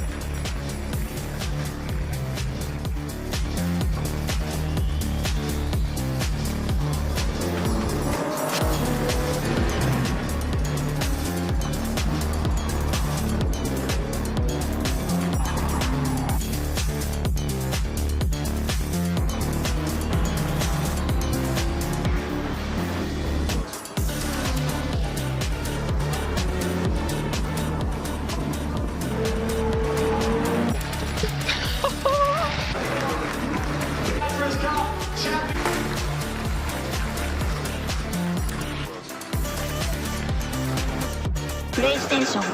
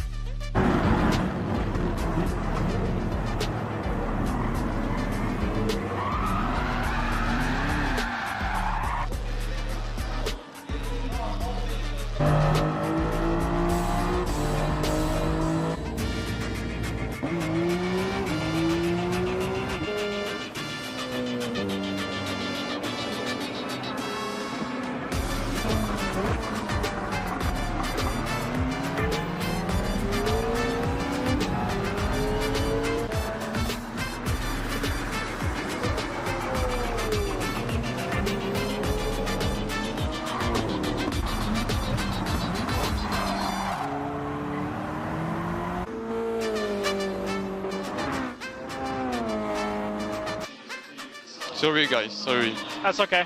You kept the toe. It's probably faster.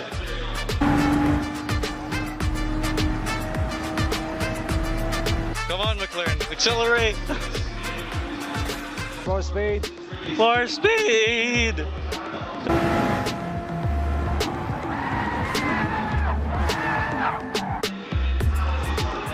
Oh no! No. Oh, that's a huge pen.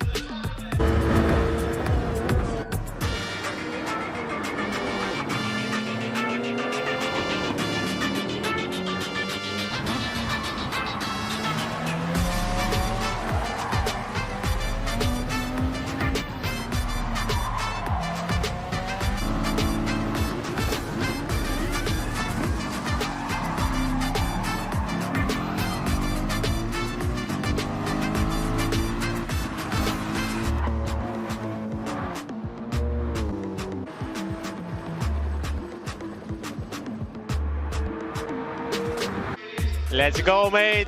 Well done, Sasaki. Well done, mate. Well done.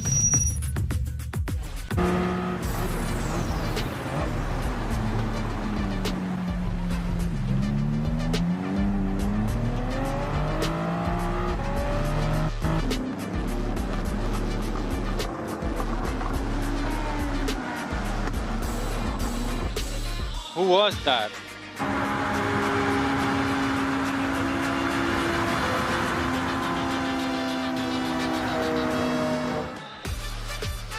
Please stand by. Maybe Okay. I think I will do another lap and I go to pit for the hands.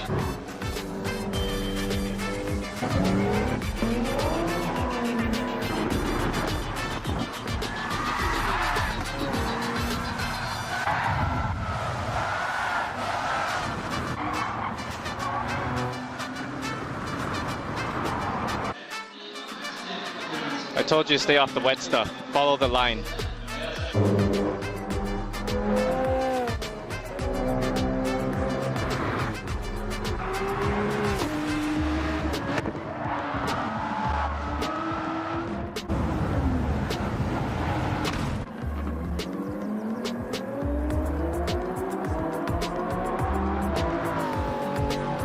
I think it will rain for the rest of the race. We go full wet.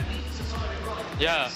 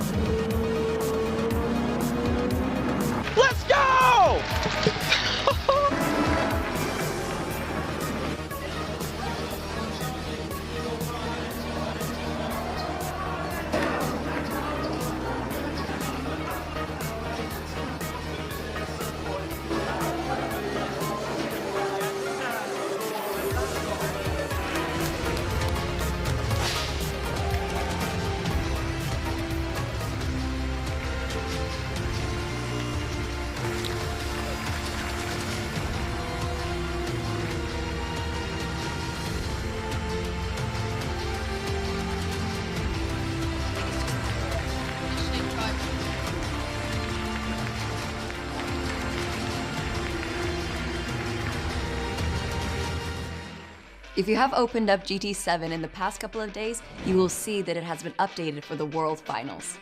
We're celebrating Gran Turismo's 25th anniversary in style. And if you enter the 25th anniversary races, you will be gifted a X 2019 in a stunning special livery. You can also get closer to the action by competing in the exact same races as our 2022 World Finals drivers. If you think you can predict who will be our 2022 World Champions, click on the bonus campaign for your chance to win credits. And if you're watching our streams, then click on the viewers campaign within the next 24 hours for your chance to win by answering a question you can only know the answer to if you are watching. See you in GT7.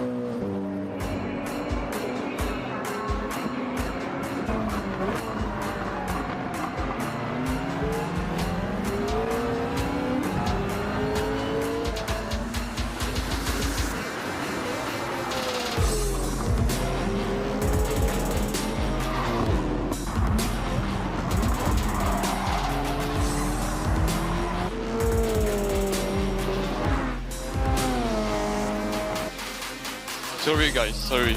That's okay. You kept the toe. It's probably faster.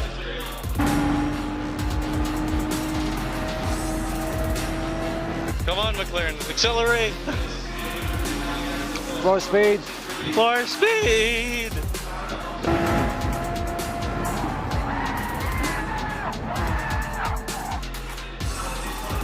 Oh no! No! Oh, that's a huge pen.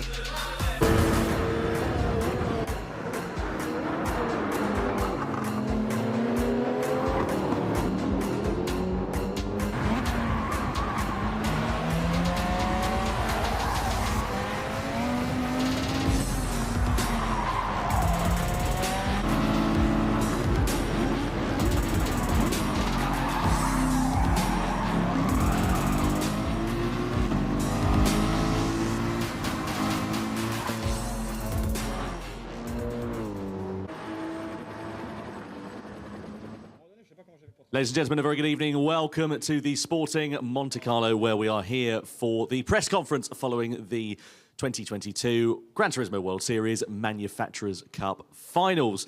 And I am delighted to welcome our top three finishers in the standings. Of course, Team Mercedes-AMG in third, Team Toyota in second, and Team Subaru in first place, who've become double Manufacturers Series champions. Let's start off by asking some questions, first of all in reverse order, and you guys can decide amongst you who answers these questions. So third place for Team Mercedes-AMG. Just talk us through your thoughts and feelings after finishing in third place. まずは3位のメルセデス AMG から、今回のレースについて、説明をお願いしますと。で好きな人から喋り始めてもらって大丈夫です。O que é que você acha de terem ficado em terceiro lugar? Quais são as sensações que você tem? Foi fantástico ter terminado no pódio, mas era tudo possível ali. Tanto conseguir o primeiro lugar quanto o segundo. Mas o terceiro é muito bem-vindo também. Muito bem. Oh, sorry. Not used to this. So Lucas was saying that we tried everything. It was nice to finish on the podium. It could have been better, but it's okay. Third place. Wonderful. Well, thank you very much, Lucas. Baptiste, let's just ask you a quick question. That final stint in particular looked really, really tricky for you. Just talk us through it from your point of view, because you look quite dejected after the checkered flag. Well, I think we did. I was scared to not making the right choice about the tire. I was thinking that's going to be Inter tire again for the last stint. At the end, we did the right choice. I know that AMG was not the fastest car in the rain. I tried my best. I could follow Subaru. I tried to overtake them. It worked, and I did a mistake. Maybe 2 seconds after. I'm really sad about this mistake, but today I think everyone here will never forget this race. We all, I think, enjoy it. I'm a bit sad for Porsche too, because I would have loved to finish the battle without a crash from them. But yeah, it was a really, really good race, and it's a better result for us than last year. So we are happy. Wonderful. And Shinsuke, let's ask you a question. Just talk us through your perspective. How did you feel after managing to claim a podium for Mercedes? メルセデスのポディアム表彰台に乗って今の感想をお願いします。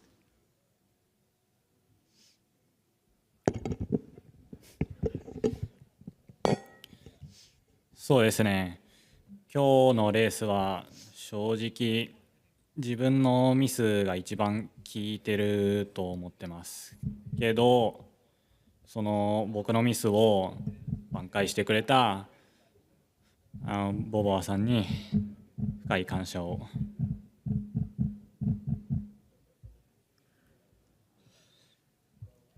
Yeah, so in today's race, honestly, I think it was my mistakes that had the biggest effect to our race overall. So I'm really thankful to Bobo for really covering for me and and try to make up for my mistakes. Well, great to hear from the three drivers from Mercedes-AMG. Let's move over to Team Toyota, to the three drivers, Nikita Moisov, to Igor Fraga, and of course to Ryota Kokubun.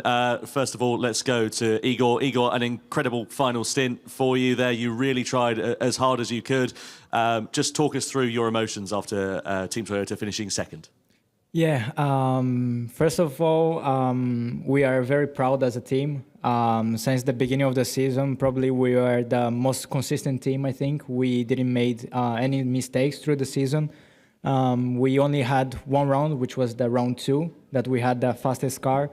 But all the other rounds, all car was kind of okayish. But yeah, it was very difficult. But the strength of the team was very good, and we were always able to capitalize good points, which were made this possible to fight until the end of the championship.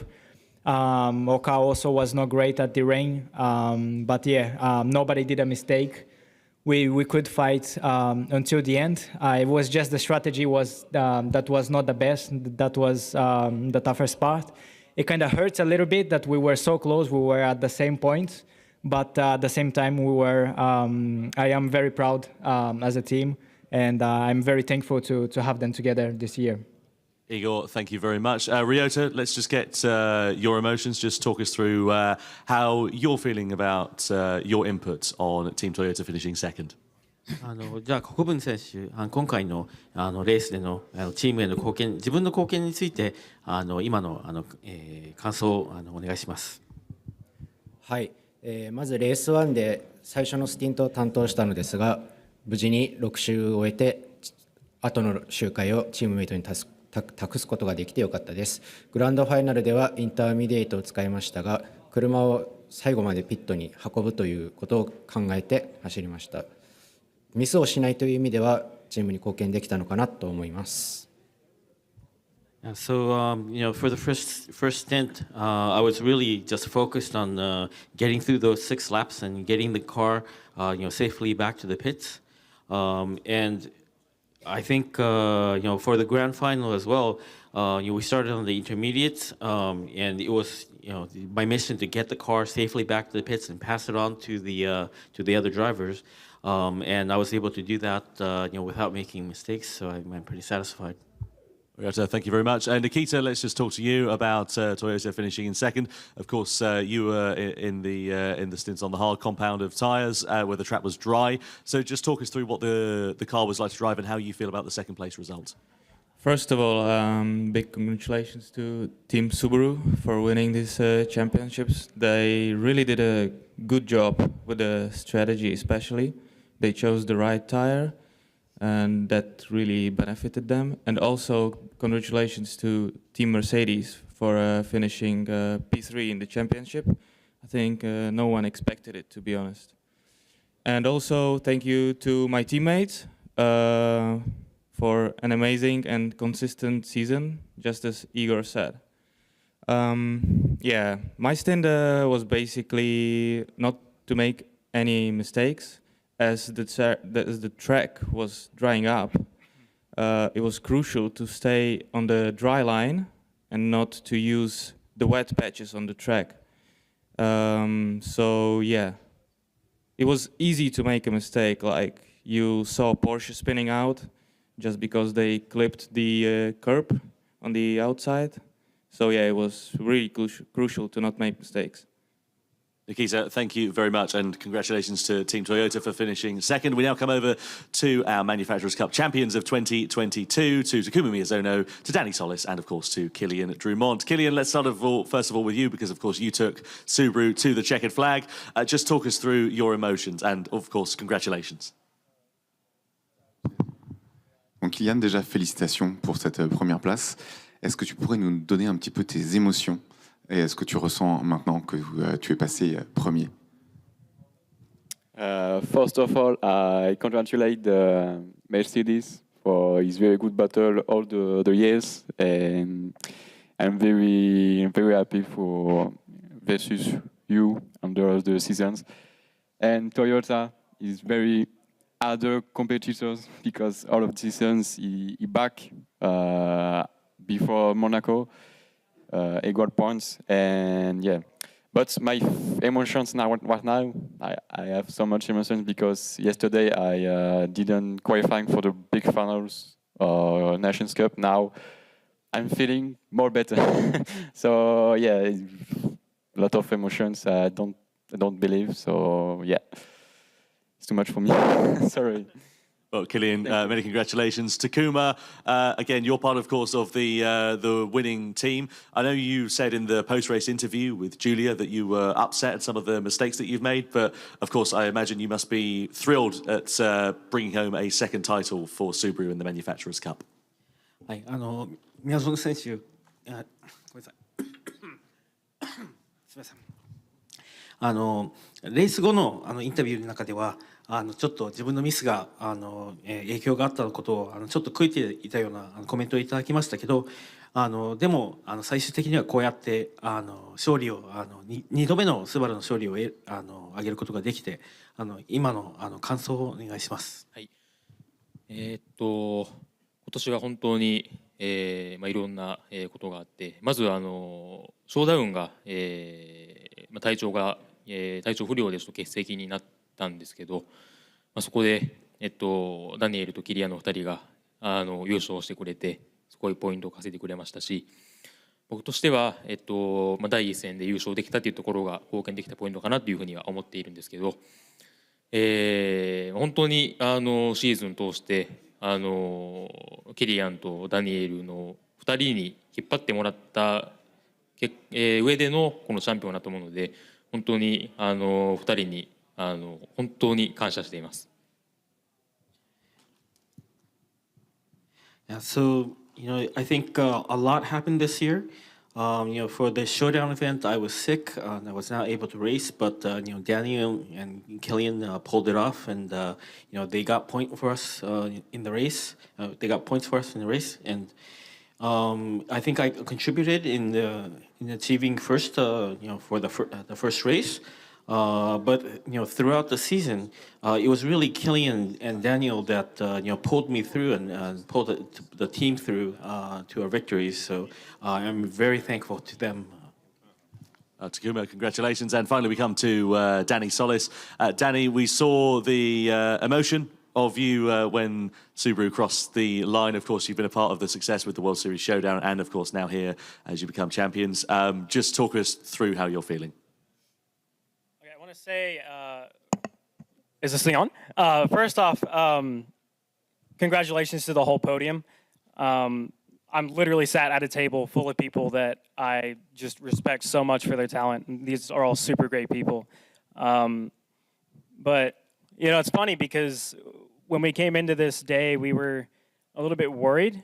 We didn't think that we were going to do too well because of how our car was at Deep Forest. And so to be able to come out with a win, especially with Killian's result in Nations, he said, let's win this today. And so we came and won it. So, I mean, it's amazing. I'm over the moon. And, of course, in 2020, I won online.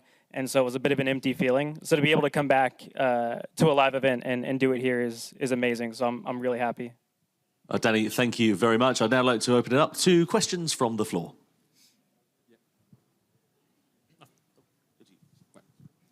Thank you.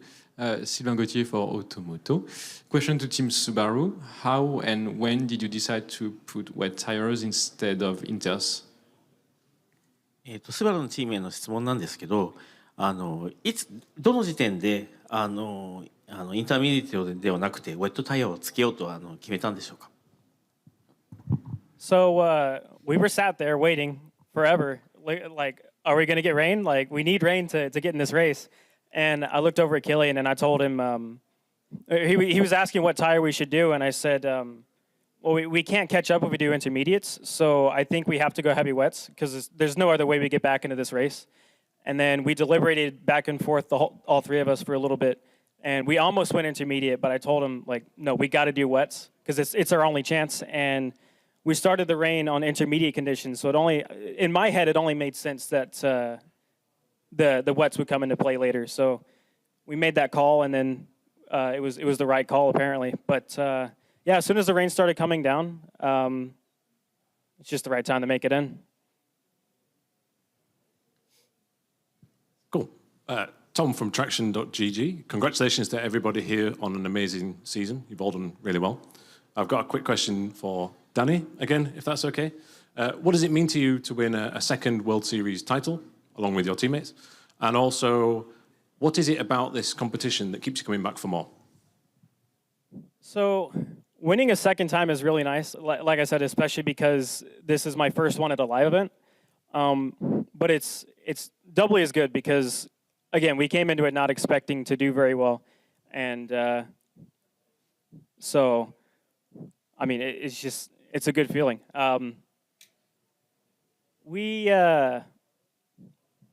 We had some pretty lucky races, so that helped a bit. Like, if the pack hadn't made the mistakes that they did in the Deep Forest race, maybe we would have dropped down to like 6th or something, and that would have cost us it. But everything worked out in the end. And as for what keeps me coming back, I mean, it's all this. Being able to come out here, see all my friends play, and just have some fun.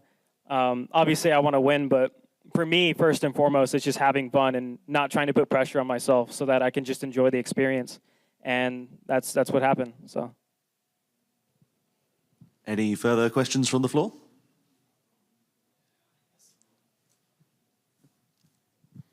Question de Cédric Ruiz, Radio France. Question pour Kylian. Bravo en tout cas pour la compétition. Est-ce que tu sais que pendant que toi tu devenais champion du monde, la France gagnait avec un but de Kylian? On a 2 Kylian du coup, champion du monde. Qu'est-ce que ça te fait? I'm going to translate very quick. So, a question for Kylian. So, why you were driving and winning today at the same time the French soccer team was winning in the World Cup? Two scores, 2 goals from Kylian Mbappe. So, 2 Kylians on the high road today. How do you feel about that? I'm feeling really good because 2 wins and 2 at the same time, so it's really good. Good, sorry. Dis-moi en français. Comment? Ok.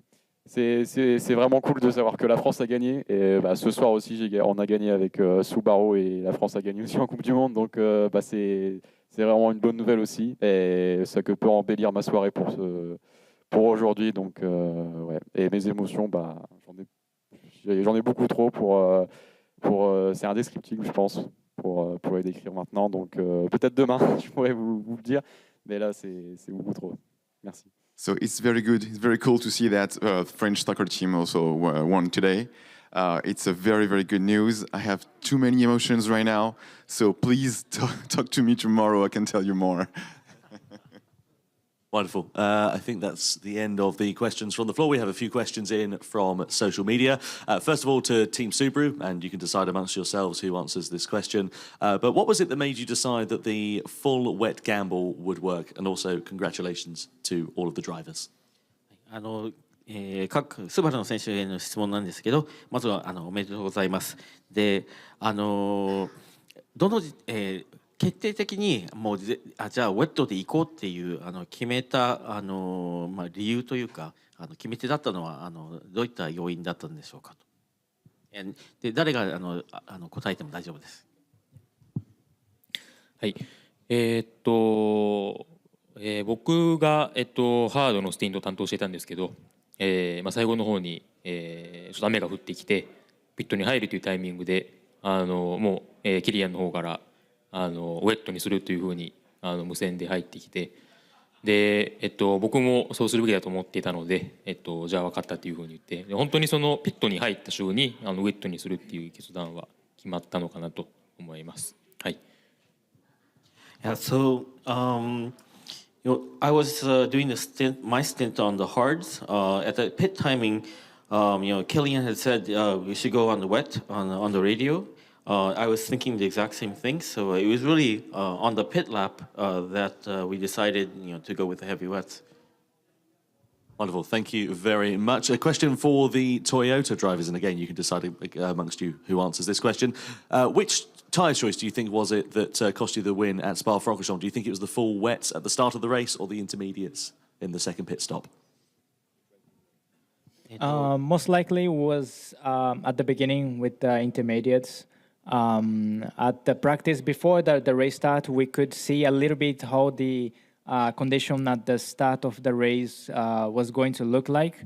It was starting with 30% of rain, 30 to 40%, and it was increasing slowly. So we thought it was maybe better to be safe, but at the end it didn't went up so high.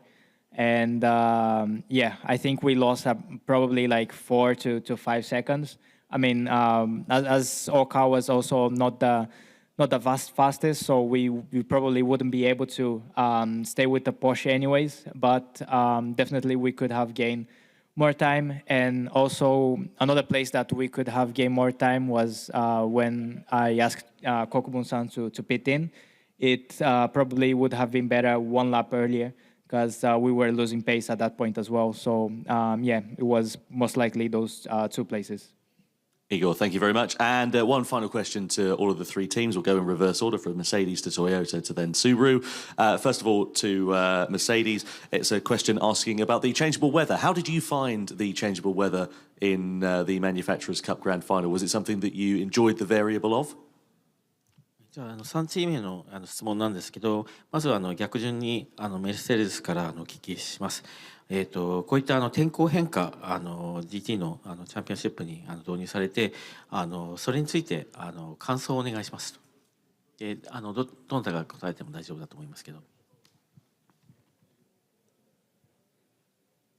そうですね。天候変化については実際のレースのように慎重さが求められるので、そういったところは今までの天候変化がないレースと違って集中する必要があったので、路面の状況をしっかりと見て判断して走るのが必要だったので、だいぶ面白いというか、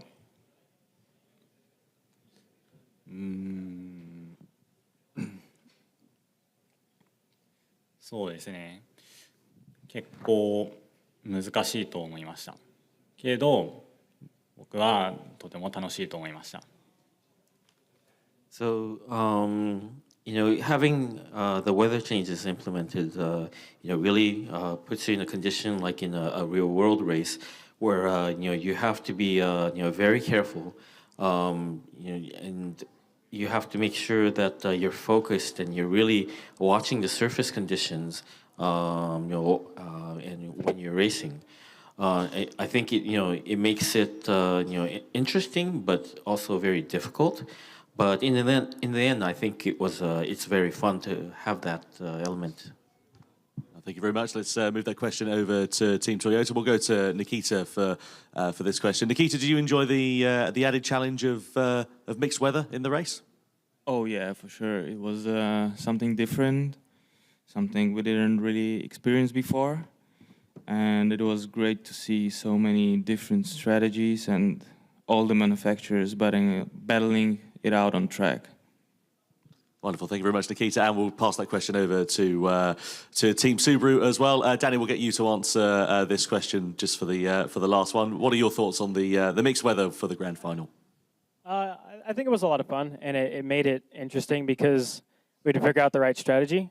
Just don't ask Lexus. Their car they didn't like it, so don't ask them. But for the rest of us, I think we all thought it was pretty fun.